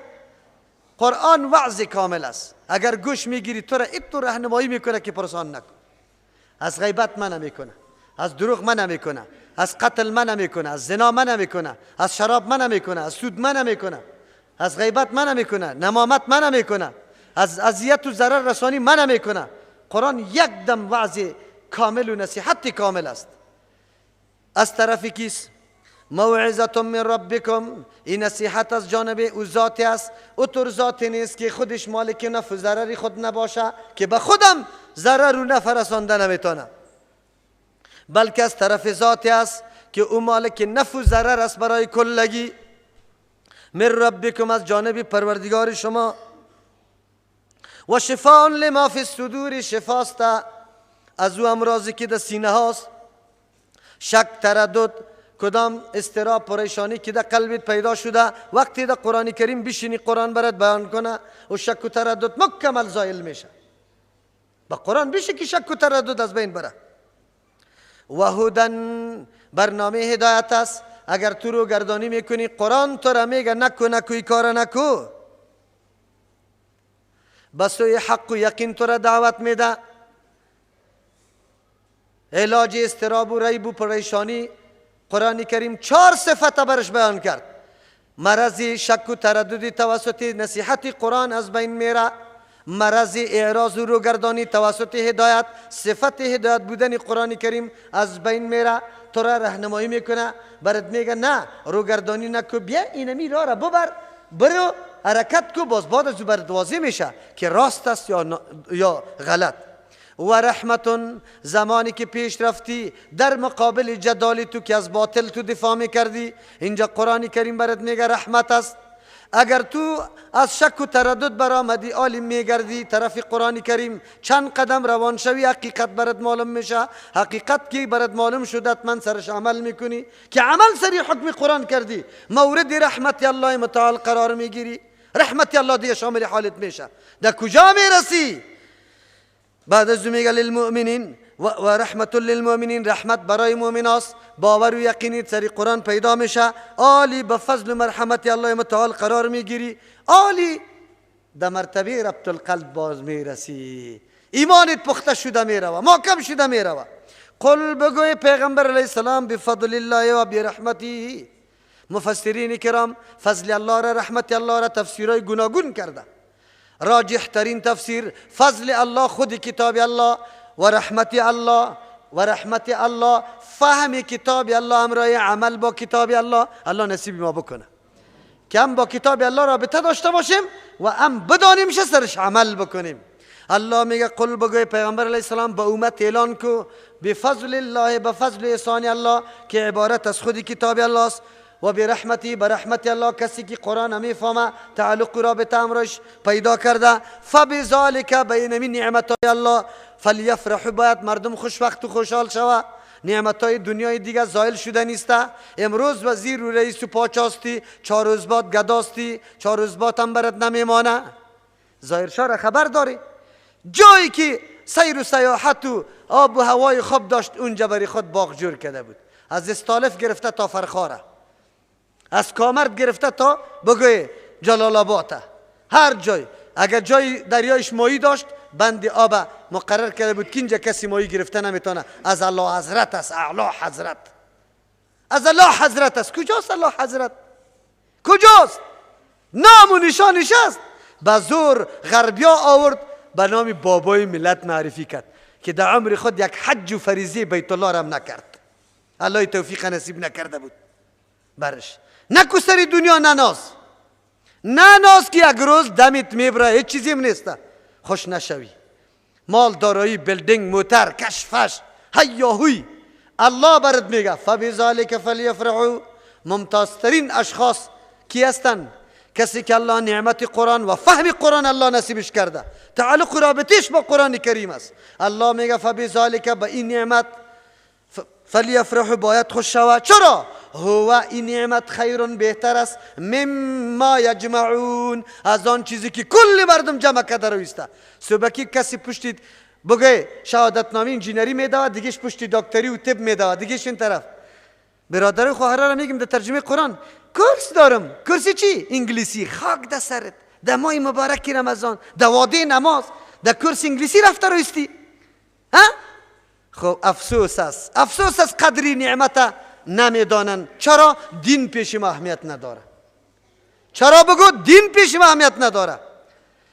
و استادای مکاتب میگم مدیر صاحبا و سرمعلم صاحبا را، شاگردایی که در ترجمه قرآن میایه و پس یک کمی 10 دقیقه 20 دقیقه ناوقت میشه و چشما را سرش میکشه که چرا ناوقت آمدی. اگر در کنسرت فریحات دریا و فیروز قندوزی و وگمه و گلنار بیگم رفته باشه، باز خو نمیگی کجا بوده. به نام روز معلم بستر روز شما رخصتی میکنه. ایده کدام کتاب است روز معلم؟ لیکن در ترجمه قرآن شاگرد تهدید میکنی. تهدید نکو سر معلم و مدیر، تهدید نکو که اینطور سند قوی سرت ثابت میشه. ایره خیرخواهیش بکو، برش بگو بچم نیم ساعت دا وقت آمدی نوش جانت، یک مضمون ما در این مکتب خود تفسیر داریم، تفسیر تکمیل کردی ماشاءالله. از روی عناد و حسد کار نگیره. شاگردات مکاتب میره، مدیر صاحبا سرمعلم صاحبا را زیاد دعوت بده که بیاد ترجمه قرآن حق و حقوق بشناسه، مسئولیت خود بشناسه. دختر که حجاب بکنه او را تهدید میکنه، دختر که مطابق سنت عمل میکنه جنگ در مقابل از دوسته. اگر دختر قتی بچه در عین ساعت درسی بگوی مذاق میکنه، خنده میکنه، موبایلکا گپ میزنه، مسیج کده نیسته، هیچ چیزی هم نیست. خود دختری که با ولای سایت استاد نمیشه، اداره کل سرش میخیزه، این تا وزارت معرفی میکنه که دفاع از سنت رسول الله میکنه. خب الحمدلله ایره من براتون میگم ما شاگردا سری دین الله و سنت رسول الله غیرت کنه، بان که کش کنه تا وزارت، بان که بالکل از مکتب شما را بکشه. یک روزی که وفات کنه نه سند انجینری داشته باشی نه دکتری، پیش الله پیش کو که من از انجینر شدم نه دکتر، به خاطر سنت تو. مولوی صاحب نمیشه باز ما را از مکتب بکشه. دین خامو تر نامده، دین به ما طور مردمای بی غیرت نامده، دین به مردمای با غیرت آمده. از یک سنت رسول الله غیرت کو، الله غیرتی ذات است. تو عزت برد الله بده که هیچ پرسان نکن، تو غیرت کو سری دین. ما خود به خود تسلیم هستیم. هر روز اعلان میشه در مکتب بچه ها سبا پتلونای چسب باید پوشیده باشه، سعی میکنید چسب کلاه در سریتان نباشه، کلاه در سر نیست. ریشا کل باشه، ریشا کل است. تو کدام مسلمان؟ یک روز استاد نشدی که چرا؟ ما امرای کلاه میایم پوانتونی، ما اگه ما درس میخوانیم هم امرای کلاه خوانده میتونیم، هم سرلوچ اردویش خوانده میتونیم. کی گفته که سرلوچ خوبش خوانده میتونه؟ چقدر شعر زیبا را علامه اقبال میگه. علامه اقبال چی شعر گفته؟ قوت افرنگ نه از چنگور باب. خب متوجه باشی شعرها بسیار عیناً تمثیل میکنه روزگار فیریله که دنیا استعمار چی میکنه و ما چی میکنیم. قوت افرنگ نه از چنگور باب، نیز رقص دختران بی حجاب.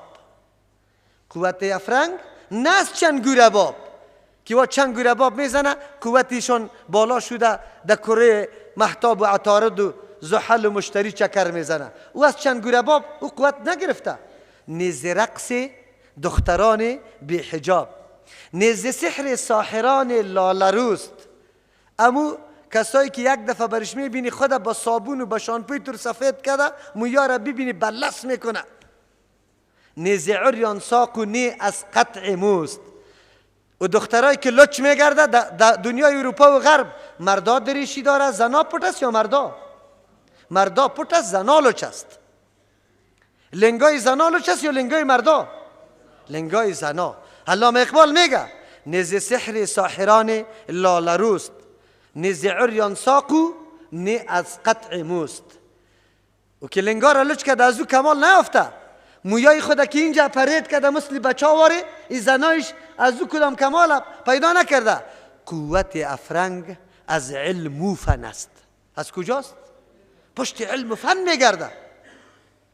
از همین آتش چراغش روشن است. از همین آتش چراغش روشن، از علم و فن چراغش روشن است. چی میگه؟ باز چی میگه؟ حکمت از قطع و برید جامه نیست.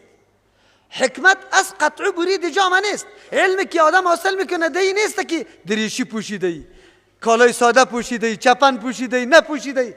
دی حکمت نیست. مانع علم و هنر بگوی عمامه نیست که در سریت پتکه از تو علم و هنر حاصل کرده نمیتونی. او مسلمان اصل علم از تو بوده، می دنیای کفر از تو دزدی کرده. بنیاد اختراعات جدید کلش مسلمان گذاشته، دنیای کفر از ما دزدی کرده. ولی در مشتری چکر میزنه، تو اینجا خود نساختی، به مو دینی که عقیده داشتی نه خود وفا کردی، رفتی ولی تقلید از واره کرده رایستی. انجینر و دکتر به خون ملت پانتون میخوانه. یک مدرسه را حکومت مرا تمویل نکرده، رفتیم در پاکستان نانی وظیفه جمع کردیم، درس قرآن خواندیم. اینجا آمدیم خالی یک مسجد در کابل برام پیدا نمیشه. پیدا شد؟ بگوی یک مسجد در کابل برای ترجمه ما که مردم در او جای شو پیدا نشد و نه دولت اهتمام انتظام ترجمه مرا کرده. لیکن برای تو پوهنتونی چندین هزار شخص از خونی امی ملت خوردی یا نخوردی؟ 4 سال تحصیل در لیلیه تیر کردی، چقدر مصرف سرت شد؟ بورسید در فرانسه و آلمان برآمد، پس که آمدی در وطن چی آوردی؟ شبهه به وطن چی آوردی؟ بگوی شک در وطن چی آوردی؟ بیدینی در وطن چی آوردی؟ مودی جدید به وطن چی آوردی؟ بیغیرتی به وطن چی آوردی؟ رعب کفار در قلبی از یا انداختن به وطن چی آوردی؟ انجینر و دکتر از پیشید الله سوال میکنه. اونجا رفتی 4 روز عیاشی با دخترای نعوذ بالله چیسته؟ بگوی عیاش اونجا روزی تطیر کردی، پس اینجا آمدی به ملت غیر از خیانت چیزی دیگه ناوردی. الله از پیشت سوال میکنه. کاش که ملای ما را خود دولت یک مدرسه صحیح که قرآن و حدیث درش مکمل تدریس شوه برم نشان بده. در یک زمستان ما 4 مسجد گشتیم. چند؟ 4 مسجد. جای نداریم. جای تاکه و کیرا میگیریم، مردم میاد جواب ملا میخیزه، مردم نه، صاحب خانه نه، مردم عوام نه، مولای صاحب میخیزه، میگه از اینجا برای میگه از اینجا باید تو نباشی. ما از کی گیله کنیم؟ بگوی خیانت در دین کی میکنه؟ حالی که در هتل دیگه جای پیدا نشد، در هتل گرفتیم، تمام روز در دل بچهای جوان شک میپرده، سایکو اونجا رقص شده، اونجا شراب نوشیده شده. نرواره، اینجا رقص شده، اینجا شراب نوشیده شده. امروز درس کتاب الله داشت گفته میشه. تو همینطور مرد شو، سینما را تبدیل کو بچی مرکز قرآن. بی غیرت نمیفهمی چرا شکوک در قلبای مردم؟ جوانای بیچاره ما آلی از درس قرآن خود محروم به خاطر چی ساخته؟ من در اوجا نمیرم، ترجمه قرآن کریم اونجا من نمیکنم. جناب تو که ترجمه قرآن کریم اینجا نمیکنی به خاطر که اینجا یک روز رقاصه رقص کرده، تو را به الله قسم امی متقیستی در مخانه امو رقاصه در تلویزیون ندیدی، امو را در موبایلت ندیدی، باز در مخانه تو چرا نماز میخونی؟ یا بی غیرت. خب بله، ابلیس لعین ایطور بهانه ها برات جور میکنه که از درس قرآن تو را محروم بسازه. دلایل شیطانی و ابلیسی را میبینی چه رقم برات جور کرده؟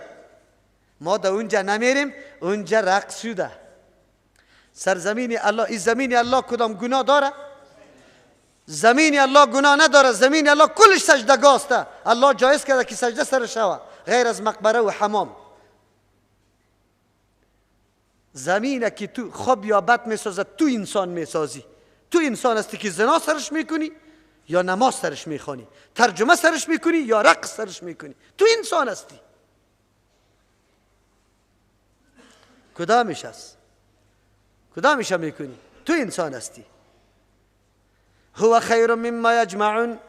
درس قرآن کریم بهتر است از آن چیزی که مردم جمع میکنه. گپی ما در سر چی بود؟ صبحکی روان هستی، تو خواهر و برادر کورس انگلیسی دارم.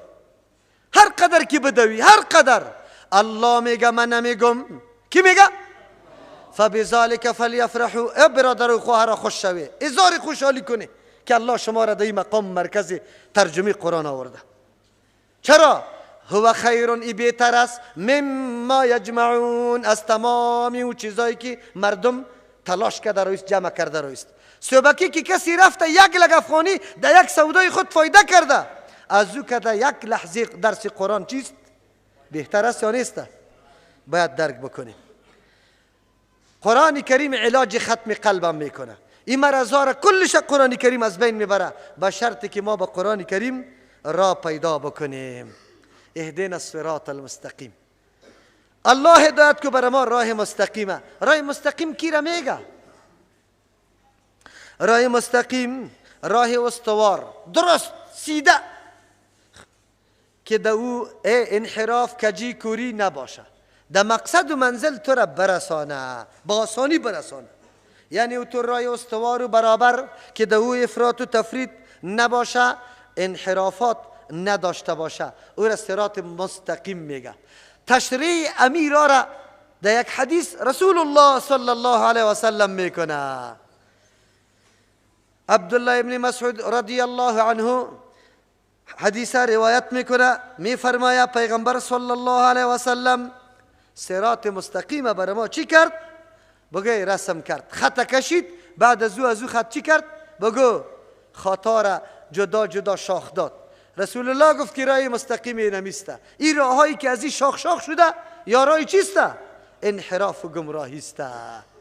صراط مستقیم راه قرآن است. عالی تشریح میکنیم، ثابت میکنیم با دلایل که راه مستقیم کدام است.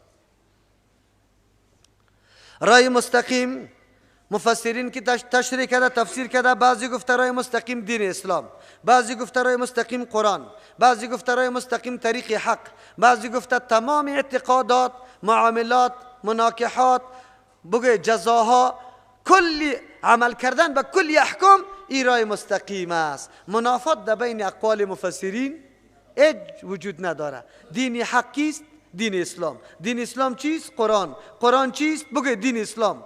تمام عمل کردن به کل احکام دین اسلام. کلش یک چیز است. خب بیایی که خودی قرآن کریم صراط مستقیم چی را گفته؟ القرآن یفسر بعضه بعضا. قرآن بعضی آیاتاش بعضی دیگر چی میکنه؟ تفسیر میکنه.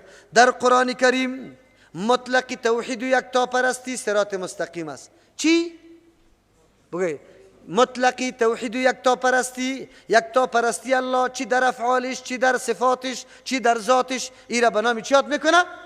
صراط مستقیم یاد میکنه. از جان خود میگی؟ نه. سوره مریم هم میکشم آیه 43 را، سوره مریم آیه 43 را میکشم. اعوذ بالله من الشیطان الرجیم واذکر فی الکتاب. یاد کوی پیغمبر علیه السلام در این قرآن کریم برای امتت چی را یاد کو؟ پیغمبر الله حکم میکنه، فرمان میده. پیغمبر علیه السلام مامور است که همی قصر همی داستان بالای امت خود بکنه. ما و شما مخاطبین رسول الله هستیم. وقتی که داستان بر ما میگه، به کی میگه؟ به ما میگه. چی میگه؟ قرآن کتاب قصص خوی ما نروه؟ نه، درس ازی بگی. چی رقم درس؟ بیا دیگه. واذکر فی الکتاب ابراهیم. یاد کو در کتاب در تفسیر ابراهیم علیه السلام. انه یقینا ابراهیم علیه السلام شخصیتش برای تو معرفی میکنه. کدام شخصیت است؟ کان صدیقا نبیا، آدمی راستگار، کردار.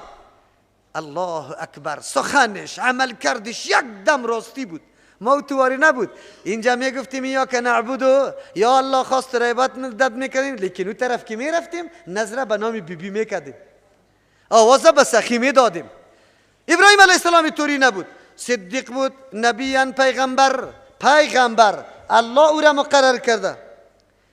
چی کرد؟ علی پیغمبری داشت، صدیق بود، کدام مسئولیت داشت ادا کرده که ما مزویات بگیریم؟ بله. اول دعوت به پدر داده، اول دعوت به قریب داده میشه. وانذر نفسک و عشیرتک الاقربین. دعوت از کجا شروع میشه؟ از نفس. از کجا؟ اول خود دعوت کو. خود چی رقم دعوت میکنیم؟ سلفیستم ریشی تسایی کو، جناب پایچای ازاری تسایی کو، سر و صورتی تسایی کو، نماز جماعت 5 وقت حاضر هستی نیستی، احترام و تعظیم در تو وجود داره یا نداره؟ اول دعوت به نفس خود بده. اول دعوت. ابراهیم علیه السلام اول دعوت به خود داده، بعد از او به پدرجان خود میده. پدرجانی که بتا را تراش کرده. پدرجان کدام پدرجان است؟ از خاندان پیر است. مردم پایای شب بوسه میکنه. چرا که بتا را جور بکنه؟ نجاری بتاست. کسی که بت تراش است او پیش مردم قدر و قیمت بلند داره. اتر بزغالا برش میاد که پرسان نکو. ابراهیم علیه السلام بعد شیوه پدر خود محکم میگرفت، مفت و جفت اتر چیزا برش می آمد که پرسان نکو. در پالنگا و تختا میشیشت، بگوی دستایش به جای ششتن مردم میلیسید، پاک میکرد شه. حالی همه بطور است یا نه؟ اگر در شستن هم برابر شوه، این دستشویه یا عادی بعد دستای پیرسای با نشویه، افتا و لگنگ نکلی را پیدا کو. نه در افتا و لگن نشویشه. امو چیزی که در آب زمزم آورده بودی، چرا که آب دستی از زیر مریدا چی میکنه؟ آب زمزم جور میکنه. آبی زمزم جور بکنه. ابراهیم علیه السلام خب خانه ناز و نعمت است، باید اکتفا میکرد. اولین کسی شخصیتی که قرآن معرفی میکنه که زنجیرای تقلید و بندنبال روی پدرها و نیاکانه میشکنانه، از بین میبره. کیست؟ از این خاطر لقبش حنیف است. لقبش چی است؟ شما هم خود در این لقب داخل کنی، زنجیرها را بشکنانه، زولانه ها را دور بندازه. تقلید از کی تقلید میکنیم؟ دنبال روی. پشت ناز و نعمت نگشته ابراهیم علیه السلام. ابراهیم علیه السلام در دعوت خود میفهمه مقام و منزلتم باقی نمیمانه، مردم در مقابل میخیزه، پاچا در مقابل میخیزه. خیست یا نه که مردم آرام بود؟ خیست. چقدر وقت برای سوختاندن ابراهیم علیه السلام هزم جمع شده، در داده شده. بعد از او مشترکان ابراهیم علیه السلام در آتش میپرته. خو ابراهیم علیه السلام ترس هراس داره؟ قلبش پخته شده. ابراهیم علیه السلام ناز و نعمت دنیا را در نظر نمیگیره، حق در نظر میگیره. کی باشه در مقابل پدر گپ بزنه، لیکن چه رقم ادب داره و چه قسم دعوت داره. از قال لی ابی، قابل یادآوری است در آن وقتی که میگه به پدری خود یا ابتی، ای پدر جان. به کمال تعظیم ادب برش سخن پیش میکنه. چی رقم سخن؟ دلایل پیچیده که هیچ کس نفهمه، دلایل خیلی ساده، عام فهم، دیقان، مکتبی، مامور، کلگیدش یکسان بفهمه. یا ابتی، ای پدر جان، لم تعبدو، چرا عبادت میکنی ما او طور چیزی را؟ نمیگه که عبادت نکو، این تو نمیگه برش، امر نمیکنه که نکو عبادت. میگه چرا عبادت میکنی؟ دلیل از پیشش طلب میکنه. طریقه را یاد داری. اگر ابراهیم علیه السلام میگفت نکو عبادت چیزا را، پدر میخیست دب دب دب، تو آمده ای بچه مستی برای سر ما امر بکنی؟ ترک خدا. چند دانه کرتر از تو ما پیش چی کردیم؟ کو نکردیم. بس خطی 100 ملا من نشستیم، تو بچگک امروز از دانی چیر میره آمده مرا از این چیزا من نمیکنی. اکثر که دعوت ما ناکام میشه. از کجا ناکام میشه؟ طریقه دعوت نمیفهمیم. که رفتیم مادر خدا میگیم که وای مشترک شدی. نه تو نگو مشترک شدی، مادر بگو که امروز از مولوی صاحب شنیدم که کسی این طور بگو یه مشترک میشه. او مادر توی کار نکو که در شرک داخل نشوی. میگه لمن تعبدو، چرا عبادت میکنی ما اوتور معبودی را لا یسمعو، که نمیشنوه. آدم که معبود عبادت میکنه به خاطر ازی که یک روز سرش مشکل میاد برش آواز میده، آوازش از شنیده بتانه. تو که عبادت میکنی به این خاطر. ای بوتی که تو جور کده ای میشنوه صدای تا ولا یبصرون، نمیبینه. آدم که یک چیز عبادت میکنه به این خاطر که تو در کدام مشکل گیر باشی او ببینه تا که در کجاستی و در کدام مشکل هستی. باز چی میگه؟ ای بوت میبینه. سوم ولا یغنی عنک شیئا، خو اگر ذاتی را تا پرستش کردی که میشونید صدای تام میدیدم تا، لیکن دفع کده نمیتونیست مشکلی تا، باز چی به درد میخوره؟ آلی بوتی تو کدام کاره میتونه؟ ارسیش نمیتونه. اگر یکی از این چیزها را نتونه خوب معبود شده نمیتونه، تو ارسیش هم نمیتونه، این معبود شده میتونه. بعد از او دستی تا که پدر اعتراض کنه بچه برش دستی میگه، به خاطری که پدر برش میگه تو از کجا یاد گرفتی بچه مستی؟ ها؟ تو چرا برای من میگی؟ این میگه من خود سرانه نمیگم. یا ابتی، پدر جان، اینی قد جانی، یقینا آمده برم من العلم، از علم. در ترجمه قرآن رفته بودم، امروز نشسته بودم ترجمه قرآن کریم سوره فاتحه بیان میشد. در ایاک نعبدو ای گپ آمد. در ایاک نعبدو، معبود طور ذات می باشه که دارنده کل صفات کمال می باشه و دارنده صفات کمال فقط و فقط یک الله است. نه سخی صاحب است، نه فاطمه زهرا، نه علی و نه ابوالعباس، هیچ کدامش نیسته. اونجا خواندم یا ابتی اینی قد جانی، یقینا آمده برم من العلم، از علم. کدام علم؟ من ندارم. نه نداری. ما لم یأتک، که نامده بود برای تو تمام عمر دیهات زندگی کردی، مولای سالپوری هم نداشتی پدر جان، فقط یک رمضان، دیگر رمضان مولای تراویح داشتی. ملای تراویح هم چی رقمی بود؟ 2 سورت یاد کرده بود. 2 سورت نه، 10 سورت از الم تر کیف یاد کرده بود تا قل اعوذ برب الناس. تراویح الم تر کیف برات میخوان، ما پوره میشد رخصت میکردیشه. تو را بالله قسم 11 ماه دیگه مؤذن بود که اذان میداد. تو چطور بگویی که تو قطیمه خدا برابر کنی؟ مرا سایکو ما قطعی تو علما اینترنت است، اینترنت در خانه خود نشسته استم فرس نام میزنم ابو عبیدالله متوکل، فرس تقریرام میاد، ترجمه میاد، امونجا میشنوم، در اینجا نامدم. ما در این طور وقت تو سرنوشت قرار دارم و تو بگه ملاقه کی تراویح داشتی.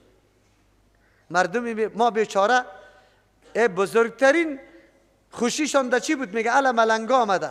ملنگا در مسجد چی میکرد؟ آتن امین داخت گروه پلخ میکرد، مردم سیلش میکرد، اینه خلاص.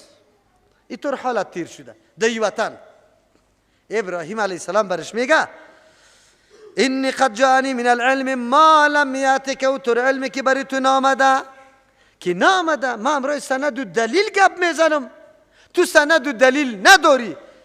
پیروی تو تقلید است، چرا که سند و دلیل نداره، و پیروی ما اتباع است. لایق است که دنبالی ما بیایی. فتبعنی، بیات طرفی ما، چرا که ما خود سند و دلیل دارم. اهدک، ما تو را راهنمایی میکنم، صراطا سویا، راهی چی را؟ برابره. اهدنا الصراط المستقیم صدا میکنی. ابراهیم علیه السلام میگه این صراط مستقیم کدام است؟ یا ابتی پدر جان لا تعبد الشیطان، شیطان عبادت نکو. این الشیطان کان للرحمن عصیا، یقینا شیطان چیست؟ بگه برای پروردگار خود چی است؟ عصیا، نافرمان است. اینجا اهدک صراطا مستقیما چی بود؟ عبادت یک الله کردن و غیر الله را ترک کردن. چی نامیده شد؟ صراط مستقیم. چی نامیده شد؟ که در عقیده توحید الله نبودی، در یک گوشه شرک بودی، تو سر صراط مستقیم هستی یا نه که در غیر صراط مستقیم هستی؟ قرآن میگه، من نمیگم. دوم در قرآن کریم صراط مستقیم برای عبادت یکتاپرستی الله در عبادت کردن او عام بود. مطلق توحید بود، یکتاپرستی، یک الله را پرستش کردن، یعنی الله را یکی دانستن در ذاتش، در صفاتش، در افعالش، هیچ کس قطعش شریک نکردن. این خاص است. در عبادت کردن الله را خاص کردن، اینی را قرآن صراط مستقیم گفته. بکش آل عمران آیه 51 میکشیم.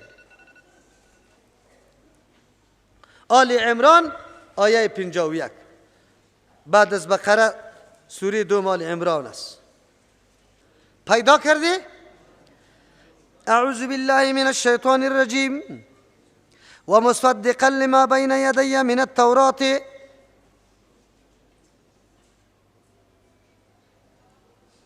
عیسی علیه السلام دعوت میده. کسایی که به موسی علیه السلام عقیده داره عالی دعوت میده. انحراف پیدا کرده در دین موسی علیه السلام، برشان میگه ما به کتاب آمدن کردیم. کدام کتاب است؟ تصدیق کننده است لما بین یدی، برای او کتابی که پیش از مس من التورات از تورات، ولی احل لکم بعد الذی که حلال، بیان حلال بودن بکنم از بعضی آن چیزایی که الذی حرم علیکم که منع کرده شده بالای شما. و جئتکم بآیت من ربکم، معجزه را قطعی خود آوردیم، دلیل آوردیم از جانب پروردگار. خلاصه دعوت چیست عیسی علیه السلام؟ همین را بر ما بگو. خلاصه دعوتم بلکه از کل انبیاء علیهم السلام دو چیز است. فاتقوا الله، از الله بترسه، شریک امرای الله پیدا نکنه. از الله بترسه، نکنه به امرای الله شریک جور نکنه. و اطیعون، بر روش ما حرکت کنه. اردویش تعبیر به چی میشه؟ کتاب الله و سنت رسول الله.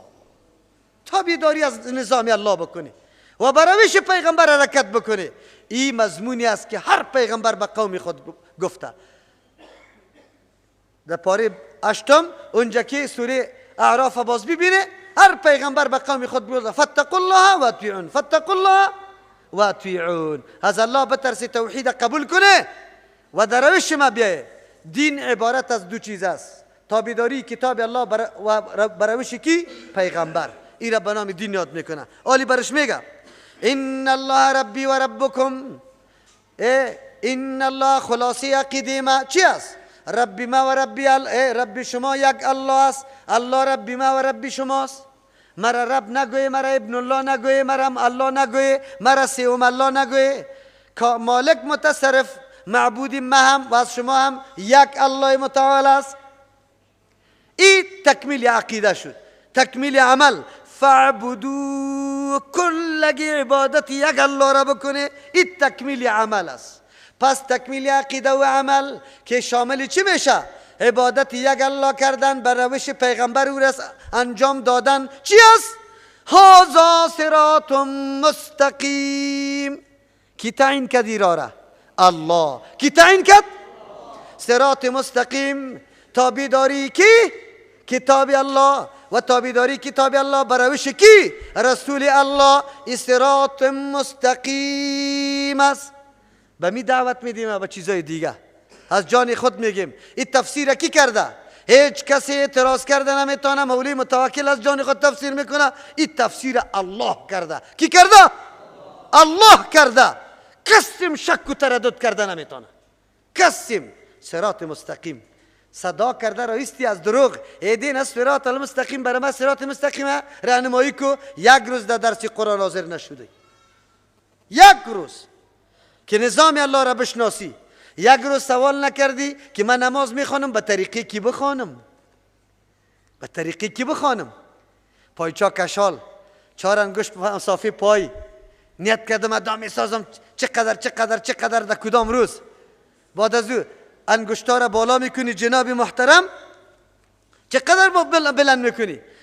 با پرش طرف قبله، انگشتا قاط کردگی، در نرمی گوشتم چسبانده، بازش خب بیخی توری میگیره، بازش این طور میکنه. نیت کردم باز پس بیا 3 انگشتا ای طور کو، دور حلقه کو، زیر ناف کو. مرد دستی تو ثابت که از رسول الله الله پیدا کو کی طریقه رسول الله کی نماز تو میخوری یا این طریقه غیر رسول الله است. اگر مرد دستی علما داد میزنه، مرد دستی بیا امی 4 موضوع را در نماز برای ما پیدا کن که رسول الله کرده. با عبادت الله را بر روش رسول الله پیدا کنه. خیز میزنه کتاب مدلل، نماز مدلل در روشنی چی؟ و چی دیگه نماز رسول الله در پرتوی چی؟ بگه نه از دیدگاه امام ابو نماز رسول الله، لیکن از دیدگاه کی باشه؟ تا که دیدگاه امام صاحب نباشه نماز رسول الله قابل قبول نیست. اول نام کتابی تو اصلاح کو جنابی محترم. نماز مدلل، اما دلیلی تراستی تا بگو کدام دلیل است؟ تو دمی 4 موضوع برای من یک دلیل بکش. پیش نمیریم که پیش بریم عالی. اگر ما شروع کنیم که در یک نماز 100 دانه خلاف ورزی پیغمبر پیدا کنیم، باز تو بگو که راستی هست یا نیست. لیکن شما خو یک کمی از انصاف کار بگیره. امام صاحب برات گفته، لازم سرت کرده، 4 انگشت امام صاحب گفته برات، دست بالا کردن به بی کیفیت امام صاحب برات گفته، نیت کردن به زمان امام صاحب برات گفته. شما خو امام صاحب می قدر نعوذ بالله تهمتا درش کردی که پرسان نکن. اگر مرد دستی یک سند بکش که امام صاحب گفته که به زبان نیت کنی.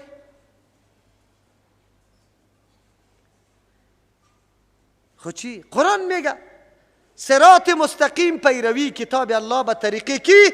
رسول الله صلی الله علیه و سلم است. 2 سوم در قرآن کریم صراط مستقیم قرآن کریم گفته. کی را گفته؟ بکش آل عمران. در یاسین، سوره یاسین هم یک آیت است. امی یک تا آیت میخوانیم کفایت میکنه. امی آل عمران آیه 101. قرآن چی میگه؟ اعوذ بالله من الشیطان الرجیم و کیف تکفرون بالله و کیف تکفرون و انتم تطلع علیکم آیات الله و فیکم رسوله. موانع کفر بیان میکنه. الله از کفر چی مانع میشه؟ از کفر مانع تلاوت و تدریس قرآن کریم، موجودیت رسول الله صلی الله علیه و سلم. 2 چیز مانع میشه از کفر ورزیدن. جنابایی که میگن نه یک سنگر ما کم بگی دیگه الاکو دروغ میگی، نمیتونی مقابله با کفار بکنی، مردم کافر میشه. تلاوت و تدریس قرآن کریم مانع کفر ورزیدن است. مردم کافر نمیشه تا که تلاوت و تدریس قرآن نباشه، نمیتونی مقابله با کفر. موجودیت رسول الله صلی الله علیه و سلم، اگر پیغمبر از دنیا رحلت کنه، موجودیت احادیث رسول الله صلی الله علیه و سلم کجا بود؟ تدریس قرآن. از سال 83 ما آمدیم، الحمدلله اولین آغازگر درس ترجمه قرآن کریم کیسته؟ ان شاء الله که ما باشیم. الله قبول منظور کنه. این من حیث تحدیث به نعمت میگم، نه برای تکبر. یادآوری از نعمت بزرگی که الله سر ما کرده. ترجمه قرآن کسی نمیکرد. حدیث میشناخته او خواهرا که حدیث چی را میگه؟ بخاری و مسلمه. امروز خواهرای ما ان شاء الله ملای مساجد قطش نمیتونه. در دوره حدیث شریک شدن، ولی آنقدر اشتیاق داره که همه تکلیف میپذیره، میگه درس حدیث باید قطع نشوه. لیکن ما جنابا علمای ما عمیقا نمیتونیم که یک مرکز برای درس حدیث آباد کرده بتانیم. یک مرکز، همینقدر تجار داریم، همینقدر مالدار داریم، نمیتونیم. یک روز در یک خانه، دیگر روز در دیگر خانه بستری ما در پشت ماست، کلی پیسه ما در انتقال میز و چوکی و کتاب و ایگپا تیر شد. غیرت کنیم سر دین الله. یک مرکز 4-20 را بخریم که همون دائمی باشه، همونجا دوری حدیثی ما دائمی باشه. مدرسه ما صنف اول شروع شوه تا صنف 14 را فارغ بدیم. 100 نفر از ابتدا تا انتها را طوری تربیه میکنیم که 100 بم اتم باشه. چی باشه؟ بم اتم باشه. چرا نمیتونیم؟ 100 تجار جمع شوه، هر کدامش بگه یک لک دلار از طرفی ما، چی میشه؟ 100 لک دلار دار، 1 لک دلار قربانی کی؟ بگه مرکز اسلام، قربانی مرکز قرآن و حدیث. انشالله در رمضان خو یک مجلس میگیرم، تجارا را انشالله همینطور میگیم. خو قبل از اینکه ما بگیم پت خودشان باید وعده ها بده، پنهان وعده بده که کسی خبر هم نشوه، دزدام خبر نشوه که باز رایشان بگیره. غیرت سر دین الله بکنه که الله براتون زیاد بده. البته ای پیشنهادم است، خو هم به خواهراست هم به برادرها. سهیم شویم، سهم بگیریم. سهم چقدر سهم گرفته میتونیم؟ ما سهم 1000 گرفته میتونم، 1000 تقدیم و قربانی خدمت دین میکنیم. از این خاطر ما برای خریداری مرکز انشاءالله چیزی پول جمع کردیم. خواهرای ما حتی انگشتری و بگوید چوری و ایگا پای خودم برای ما روان کرد. الله در عمر و در مالشان، در اولادشان برکت بندازه. او ما امید دارم که انشاءالله روزی شوه که به هزارها انگشتری به خاطر خریدن مرکز ما پیش کنیم، تبدیل کنیم به پول. و این را ما یقین دارم انشاءالله هسته.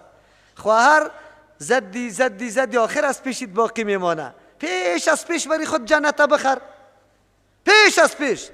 انشاءالله دی آماده استیم نی؟ ادناترین شخصی ما آماده استیم که انشاءالله مزدوری میکنیم، غریبی میکنیم. خو 1000 پر برای خریدن مرکز اسلام چی میکنیم؟ مرکز اسلامی که دو فقط درس قرآن و چی باشه؟ حدیث باشه. اینه آلی دوستای دیگه تانم یک کم آگاه کنی انشاءالله در این مورد.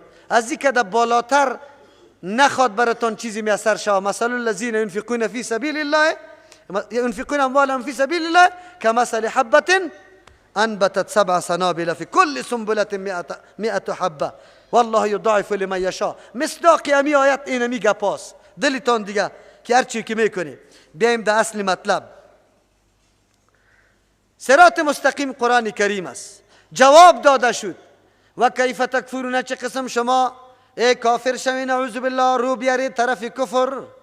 و انتم شما تطلا تلاوت کرده میشه علیکم بالای شما آیات الله، آیاتای الله، درس و تدریس قرآن کریم میشه. آلی کفر آمده میتونه این بچگکای خردی ما را که در قرآن نشسته گمراه کرده میتونه؟ پدرش نمیتونه.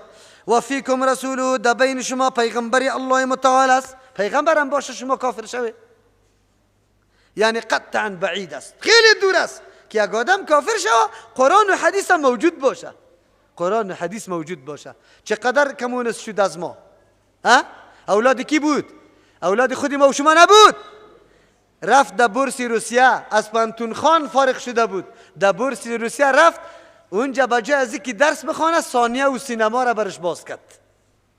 وقتی که پس اینجا آمدن، پدر یک قدر چشم درا بود که بچیم بالغ شده، یک سنو بیاریم که خانه آباد شوه. گفت بچیم یک دختر خوش که برات بگیرین. گفت توی همشیره چی ضرورت به دیگه جای است؟ نگفته بود؟ همینطور گفته بود. آینه شاهد ماشاءالله. آجی صاحبین میگه که من شاهد هستم که گپ گفته بود و تا امروزه امو ارگان، امو نظام، امو حزب فعلا در حالت تلاش و چی است؟ حرکت است. دعوتم داده رایسته، دعوتم داده رایسته. چرا؟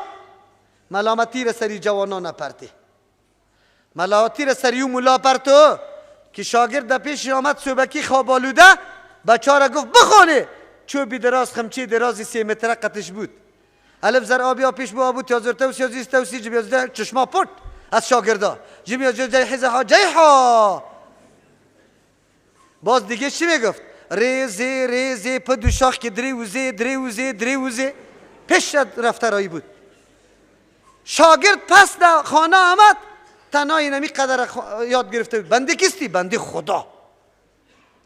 باز چی میگفت؟ امتی کیستی؟ محمد رسول الله. با ملت کیستی؟ ابراهیم خلیل الله. چاریاری کیستی؟ نه دوستداری کیستی؟ چاریاری با صفا. دوستداری دیگه کس نیست. نه بندگی را برش نشان ده، بندگی چی را میگه؟ نه مانای امت معرفی کرد، نه مانای ملت. بیچارگک چشم پت رفتن در او جهان باز که همه وسایل شهوت برش چی بود؟ آماده بودن. رقصیدن، بالیدن، عیش و عشرت کردن، پس آمدن. امروز امیق قدر خونا که ریخته، جور و جنجال جور شده. از امو روز جور شده یا از دیگر روز؟ از امو روز جور شده.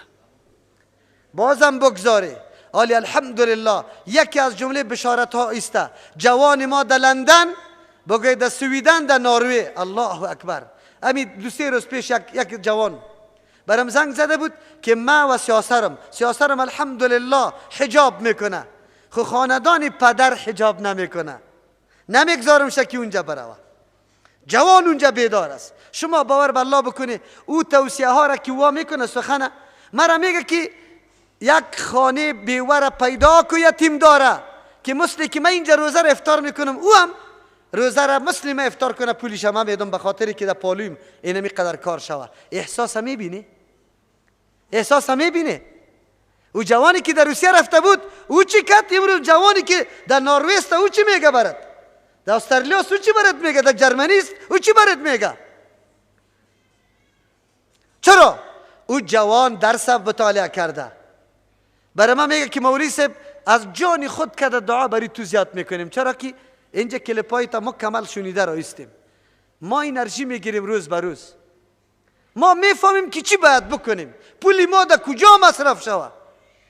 کدام طرف بره؟ خواهر زنگ میزنه مولوی صاحب پولی زکات دارم، خواهی را در جای مصرف کنم که پایدار باشه.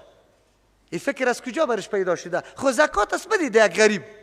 میگه نه مولوی صاحب قرآن کریم بخر. دین روز خواهرها را قرآن کریم توزیع کردیم بیازه کی در دست یک خواهر برا ترجمه قرآن را نوشته کنه، آینده از او درس بگویه. فکر میبینی؟ او سرمایه دارا میفهمی یا نه؟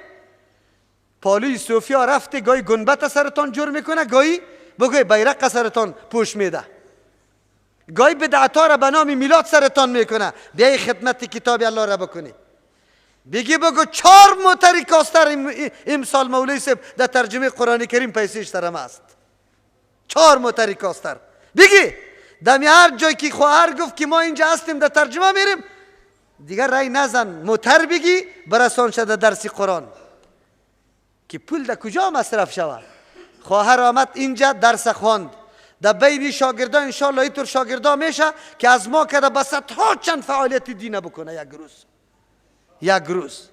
یقین دارم که علمیتشان از ما کده به 10 چند اضافه باشه، تقوا و امانتشان، شهامت و شجاعتشان از ما کده 10 چند بلند باشه. الله همونطور بکنه و ما دعا میکنیم که الحمدلله از خود کده بگوی شاگردای خیلی ممتاز انشاءالله در زندگی ببینیم. الله همونطور حالت نصیبی ما بکنه که ما یکی از جمله خوشیای ما امی باشه. حالی هم است الحمدلله در شجاعت و دعوت اگرچه همونطور زمینه برشان مساعد نیست، لیکن همونطور دعوت میکنه انشاءالله. دوستا برای ما میگه مولوی صاحب مراکز دعوتی خواهرها که تدریس میکنه مدرسه برای ما آواز بده. ما گفتم بعد از این آواز میدم ان شاء الله. امروز در خواهرای خود اعلان میکنم اونجا خواهرها در پیش استیج است. هر کس که مدرسه جور میکنه در منطقهش نداره اونجا پیش خواهر بره نامی خدا بده که ان شاء الله یک فرش یک اتاق به کرایه برش گرفته میتونیم دیگه خدمت بگوی به خاطر رضای الله خودش شروع بکنه. این نعمت به هر کس میسر نمیشه که تو را الله برای دو طفل بشانه و تو دو طفل چی را برش یاد بدی؟ لا اله دو طفل یاد بده لا اله الا الله تشریک برش بس ایت است. ای که الله بری تو توفیق میده به صدها و بگو شاگردار تربیه میکنی خود جدا گپ است. البته ای پیشنهادم تنها برای خواهران نیست، بچام جوانام ماشاءالله در ارزان قیمت یک تعداد جوانا امیم زمستان کار کرد الله در عمرشان برکت پرته. توصیه ما را که در روز جمعه گفته بودیم مکمل عملی کرد. اولادی مردم الحمدلله ذهنایش روشن شد. هر کدامی ما میتونیم بعد از نماز دیگر در رمضان مبارک بیکار هستیم 10 دانه جوان در گرد ما می باشه نمیتونیم. اگر دیگه کار نداریم امی ترجمه را که امروز ثبت کردیم امونجا قرار روشن میکنیم کلگی ما گوش میگیریم. همین قدر خو میتونیم. چی دیو زده ما را؟ دعوت خیره نمیگه که خود آدم بیان کنه. خلاص وسیله را برسان. از مختلف ولایت ها برام زنگ میزنه مولوی صاحب شاگرد میمری کارت هستم، شاگرد چپ هستم، چپا را مردم خرید الحمدلله. امروز هم عبدالرحمن گمان میکنم چپا را آورده و به خاطر رمضان مبارک تخفیف در قیمت شام آورده 200 روپیه بود 1.5 اما خود چپا که شما خالی بگیره 1.5 براتون نمیده از 400 کم نیست. ولی مکمل ترجمه قرآن کریم دیش است. درس مسلم شریف تا جایی که خواندیم دیش است. خطبه های مهم نماز جمعه دیش است. خصوصا 2 خطبه که آخری در رمضان پر کردیم او را هم دیش انداخته. دیگه دوستا میتونی که خریداری کنی هم برای خود صدقه کنی برای مردم دوستایتان روان کنی به خاطر که الله برشان حقیقت برش واضح بسازه هدایت برشان حاصل شوه. بعد از ختم درس میتونی ذکور در ذکور اوناس در اوناس اونجا امرای یک خواهر هست خریده میتونی اونجا مراجعه کنی الله براتان اجر بده. خب صراط مستقیم قرآن است. اینجا گفتم که الله متعال میگه بسیار جای بسیار بعید است که کسی کافر شوه تا وقتی که قرآن تدریس میشه تلاوت میشه و رسول الله و حدیث رسول الله موجود باشه. بعد از او چی بگه؟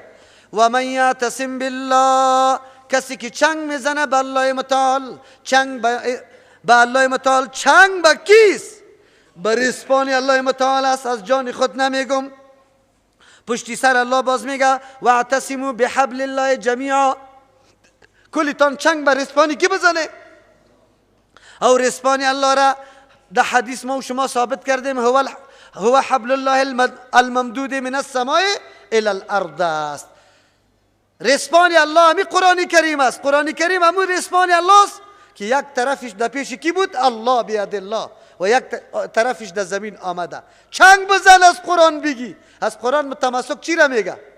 بگوی تلاوت کشه معنایش بفهم عمل سرش بکو بگوی عقیده سرش بکو دعوت به سوی قرآن بده.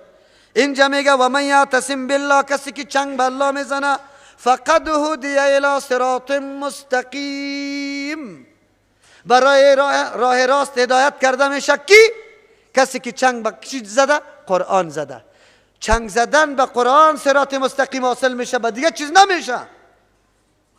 در خانقاه ها که قرآن تدریس و تعلیم نشه نمیشه هدایت حاصل. من نمیگم کی میگه؟ الله متعال میگه. چهارم معنا در قرآن کریم صراط مستقیم چی را گفته؟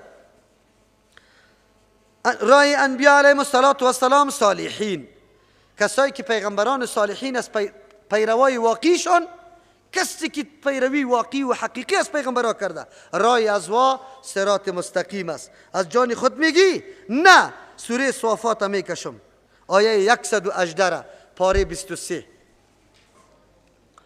اعوذ بالله من الشیطان الرجیم آیه 114 میخوانم ولقد مننا علی موسی و هارون احسانات بزرگ کرده بودیم بالای موسی علیه السلام و هارون علیه السلام و نجیناهما و قومهما من الکرب العظیم و اردور و قومشان از غم بزرگ نجات داده بودیم. از چی؟ شکنجه های فرعون و نصرناهم فکانهم الغالبون، ما نصرت کرده بودیم یا پیروز و کامیاب بودن. و آتیناهم الکتاب المستبین، داده بودیم برشان کتاب که واقعا واضح احکام برشان بیان کرده بود. و هدیناهم الصراط المستقیم، ما برش هدایت کرده بودیم چی را؟ صراط مستقیمه. پیغمبران علیهم السلام در کدام را می باشه؟ صراط مستقیم. پس در بوده ورقه امی یاسین شریف سوره را پشت سرش یاسین است، اول سوره یاسین بکشه ورقه، پس دور بده اول آیت سوره یاسین بکشه، امرای چهارم یاسین از زود کشیده میتونه قط یاسین بسیار علاقه داره مردم. والقرآن الحکیم، قسم یاسین الله میدان اصلی مرادشه، قسم به کتاب الله الحکیم که تمام احکام قرآن محکم است، قطعا نسخه تغییر تبدیل دیش نمیه. یک الحکیم از طرف ذاتی است که او حکیم است، همه مسائل احکام قرآن کریم صاحب مصلحت و رازاست. انک لمن المرسلین، الله پیغمبر میگه یقینا تو از جمله پیغمبران هستی. پیغمبر هستی، پیغمبر الله تو را گماشته، تو رهبر برای امت هستی. علی صراط مستقیم، در کجا برابر هستی؟ بالای راه راست. پس صراط مستقیم رای کیست؟ پیغمبر. رای کیست؟ رای پیغمبر است. سوره زخرف هم میکشیم، سوره زخرف که اونجا تابعدارای پیغمبر هم هسته. آیه 61 پیشتر میریم پیش. اعوذ بالله من الشیطان الرجیم و انه لعلم للساعه، عیسی علیه السلام یک نشانه برای قیامت است. زمانی که پس نزول میکنه از آسمان میآید در دنیا، یکی از نشانه های قیامت است. فلا تمترن بها، شما در این علامه شک نکنه. واتبعون، شما تابعداری مرا بکنه. او میگه، عیسی علیه السلام میگه تابعداری مرا بکنه. رای پیغمبر روش پیغمبر صراط مستقیم است. چرا؟ هذا صراط مستقیم، تابعداری پیغمبر راه مستقیم است.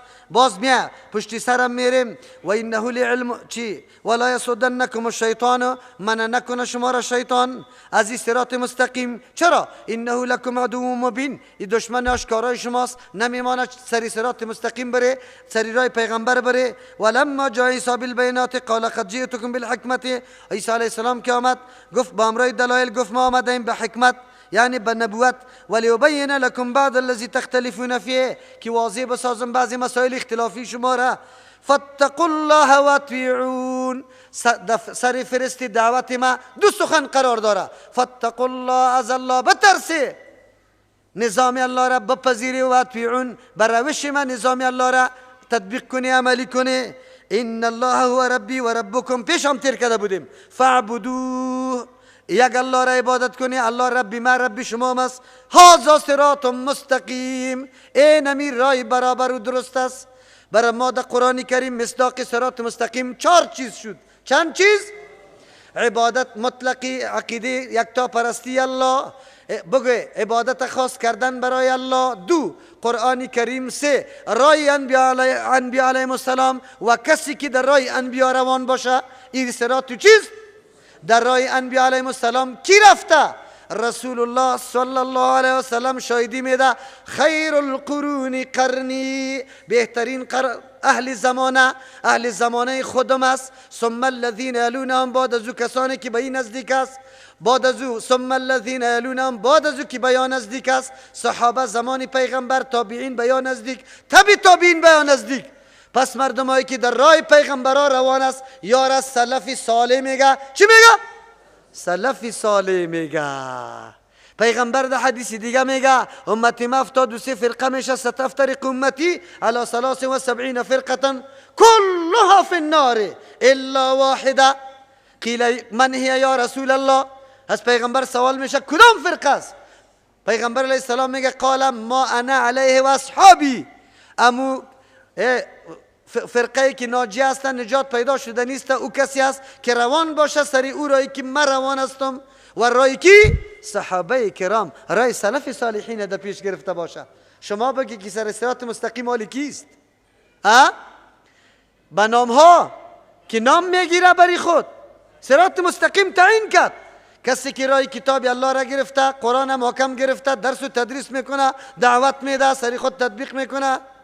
کسی که عقیده یکتاپرستی در قلب، در ریم، در خون، در هر چیزش جا با جاش عبادت یک الله را میکنه. در حدیث ثابت است، حدیث ای را تایید میکنه که کدام مردم است. ما که میگیم سلفی به این مفهوم نیست که یک گروپ است. اگر کسی از این دل و گروپ جور کنه قطعا و توری سلفی. ما مخالف تحزب و گروه بازی و طایفه بازی استیم.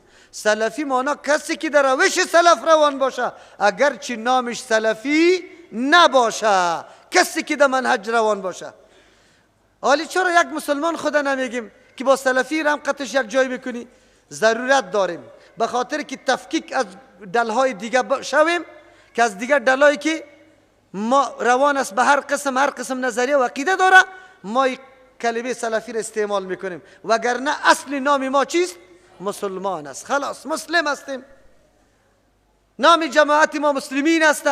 خو هر کس میگه، هر کسی که ابوبکر عمر را مرتد میگه، صحابه را مرتد میگه، او هم میگه چیستم؟ مسلمان. میگه نمیگه؟ کسی که قرآن و حدیث نمیشناسه، از خود اختراع کرده دینه، اون خود چی میگه؟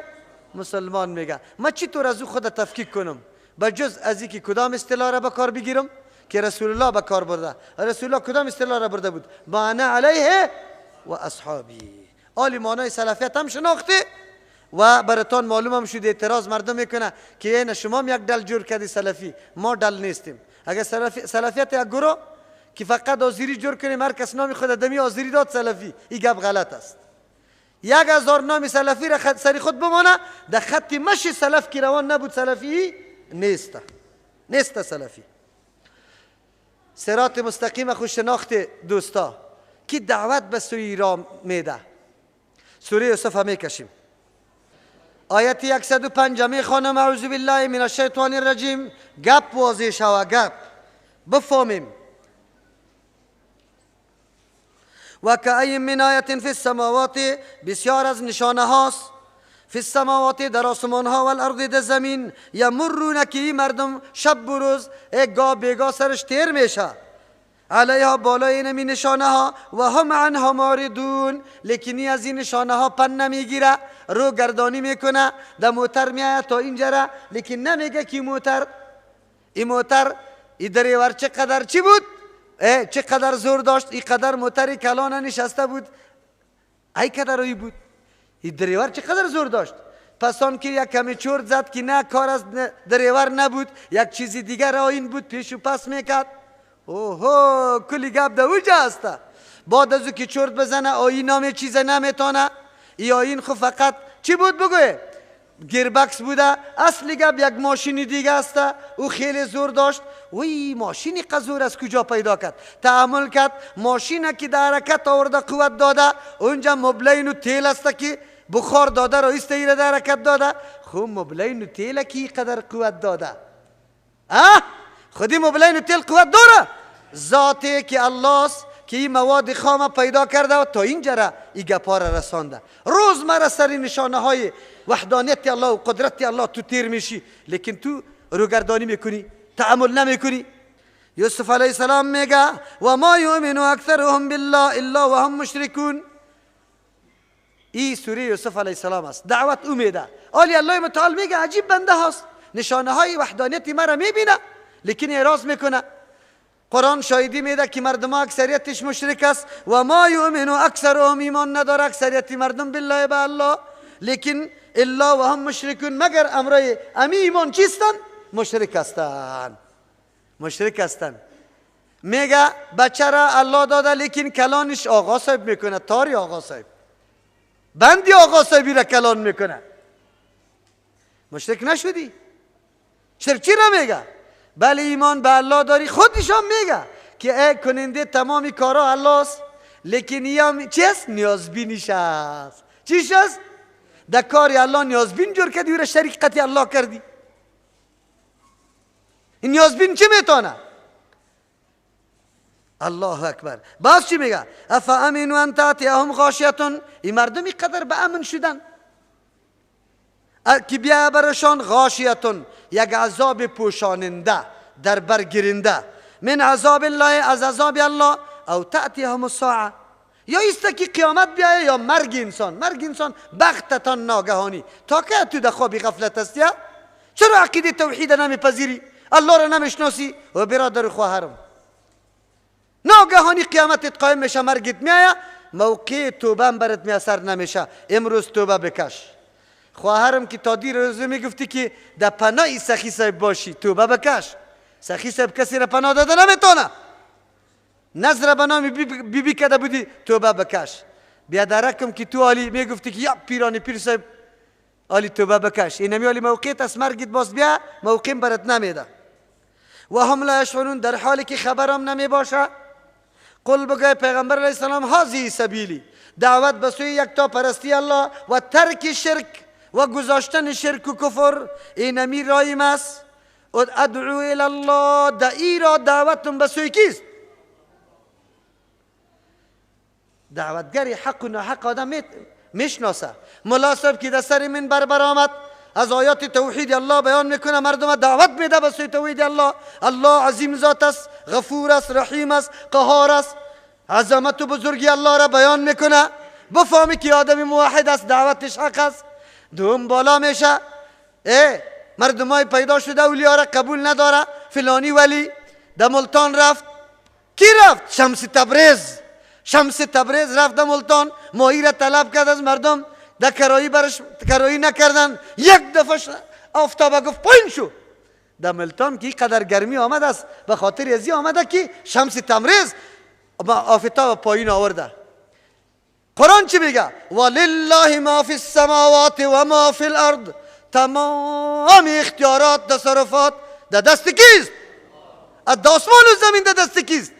گپی الله را قبول کنیم، گپی ملای نامولا را. شمس تبریز اینطور بود. نفر در دریا افتاد، یا الله یا الله، غرق میشد. گفت نه یا غوث الاعظم، دستی از آب کشید چه. ببینی از این که در کفر و الحاد دیگه است.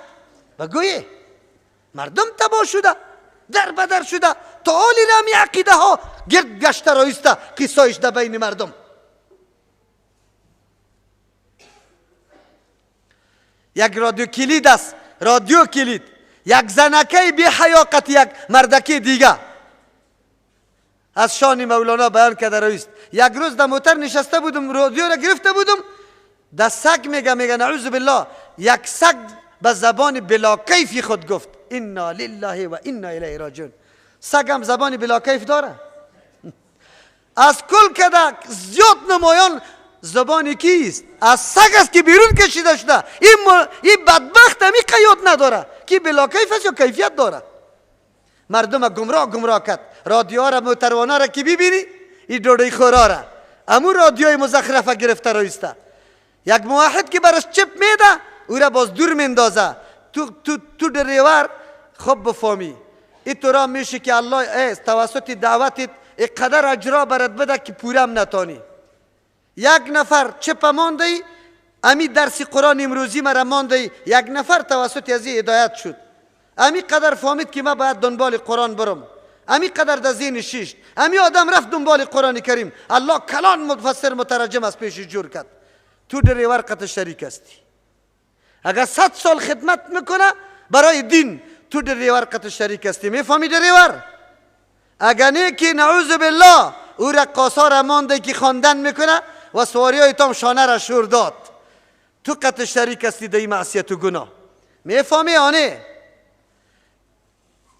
در رأس شبکه ها که کسی قرار داره، اگر رادیو است، اگر تلویزیون، یا جایتان اعلای جنت جور میشه اگر از راه خوب تعقیب کردی، یا که 100 مسجد جور کنه که شبکه های شیطانی تان کدام فیلم های مزخرف میمانه، جایتان دوزخ است، جهنم است. ایره بدانی. به یک خیرات توزیع کردن تان بنیادایتان شما جنتی شده نمیتونه. چرا که یک پا فایده رسانده، بگوی 15 پاوی دیگه مصیبت به این وطن آورده. ایره بفهمه. مسلمان باید بدانه ادعو الی الله، دعوت ما به سوی الله متعال است.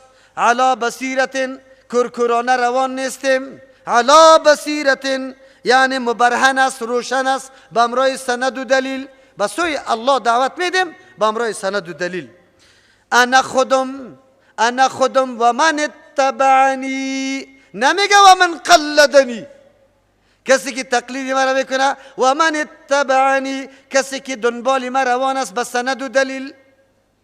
پیغمبر میگه پیغمبر رای من این است که دعوت به سوی الله میدم، بصیرت دارم، دلایل سند وجود داره.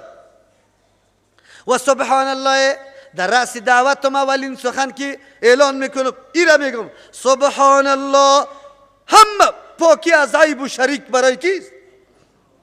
الله است. ایره اعلان میکنه. ملاوری نیستم اگه از حکمت کار میگیرم. قسم بدیم این مردمه در مسجد برید در نماز جمعه در سر منبر بگو مردم یک سوال دارم، شما مؤمن هستی یا نیستی؟ کلگی میگه مؤمن هستیم. بگو مؤمن کسی را میگه که ایمان داشته باشه. ایمان برای ما تشریح کنی، ایمان چی را میگه؟ اگر گفت جواب داده تا نیست من میگم بیشک. این ملا صاحب 10 سال در مسجد تیر کرد، ایمان تشریح نکرد به این مردم. ایمان تشریح نکرده کی چی است؟ تصدیق و باور قلب، اقرار به زبان، عمل به اعضا. میفهمه مردم؟ میفهمه؟ رستانه بگوی میفهمه؟ از پیشش سوال کنی مؤمن هستی یا نه؟ ایمان وقتی کامل میشه که تو ارکان ایمان بشناسی سری چند چیز ایمان فرض است. بری اگر مردم بریتان جواب داد. مسلمانای تذکیره‌ای بیراسی فقط به یک کوزه وضو و رفتن به مسجد میگه ما مسلمان هستیم، مفت است مسلمان. تو عقیده به الله داری یا نه؟ چی رقم عقیده داری؟ عقیده به ملائک داری یا نه؟ تا آلی را مردمی تون سری ملائک عقیده داره که هاروت و ماروت ملائک است، در چای بابل آویزان از سر به تاراق نماز خفته نپسان بخوانه. ایمان به پیغمبرها داری یا نه؟ چی رقم ایمان داری؟ چی رقم ایمان داری؟ ایمان به پیغمبرای طور دادم که مسئولیت خود ادا کرده، یعنی که پیغمبر حاجت روا و مشکل کشاست. کدامش است؟ خضر علیه السلام است. آدمی ریش سفید در دشتا و بیابانا میگرده، هر کسی در این طور وقتا باز فکرت باشه که این طور نفر قطعت ملاقات کرد، باز تو چی بگو؟ بی که انگشتش نرمی داره یا استخوان داره یا نداره. و ما انا من المشرکین، ما از جمله مشرکان نیستم.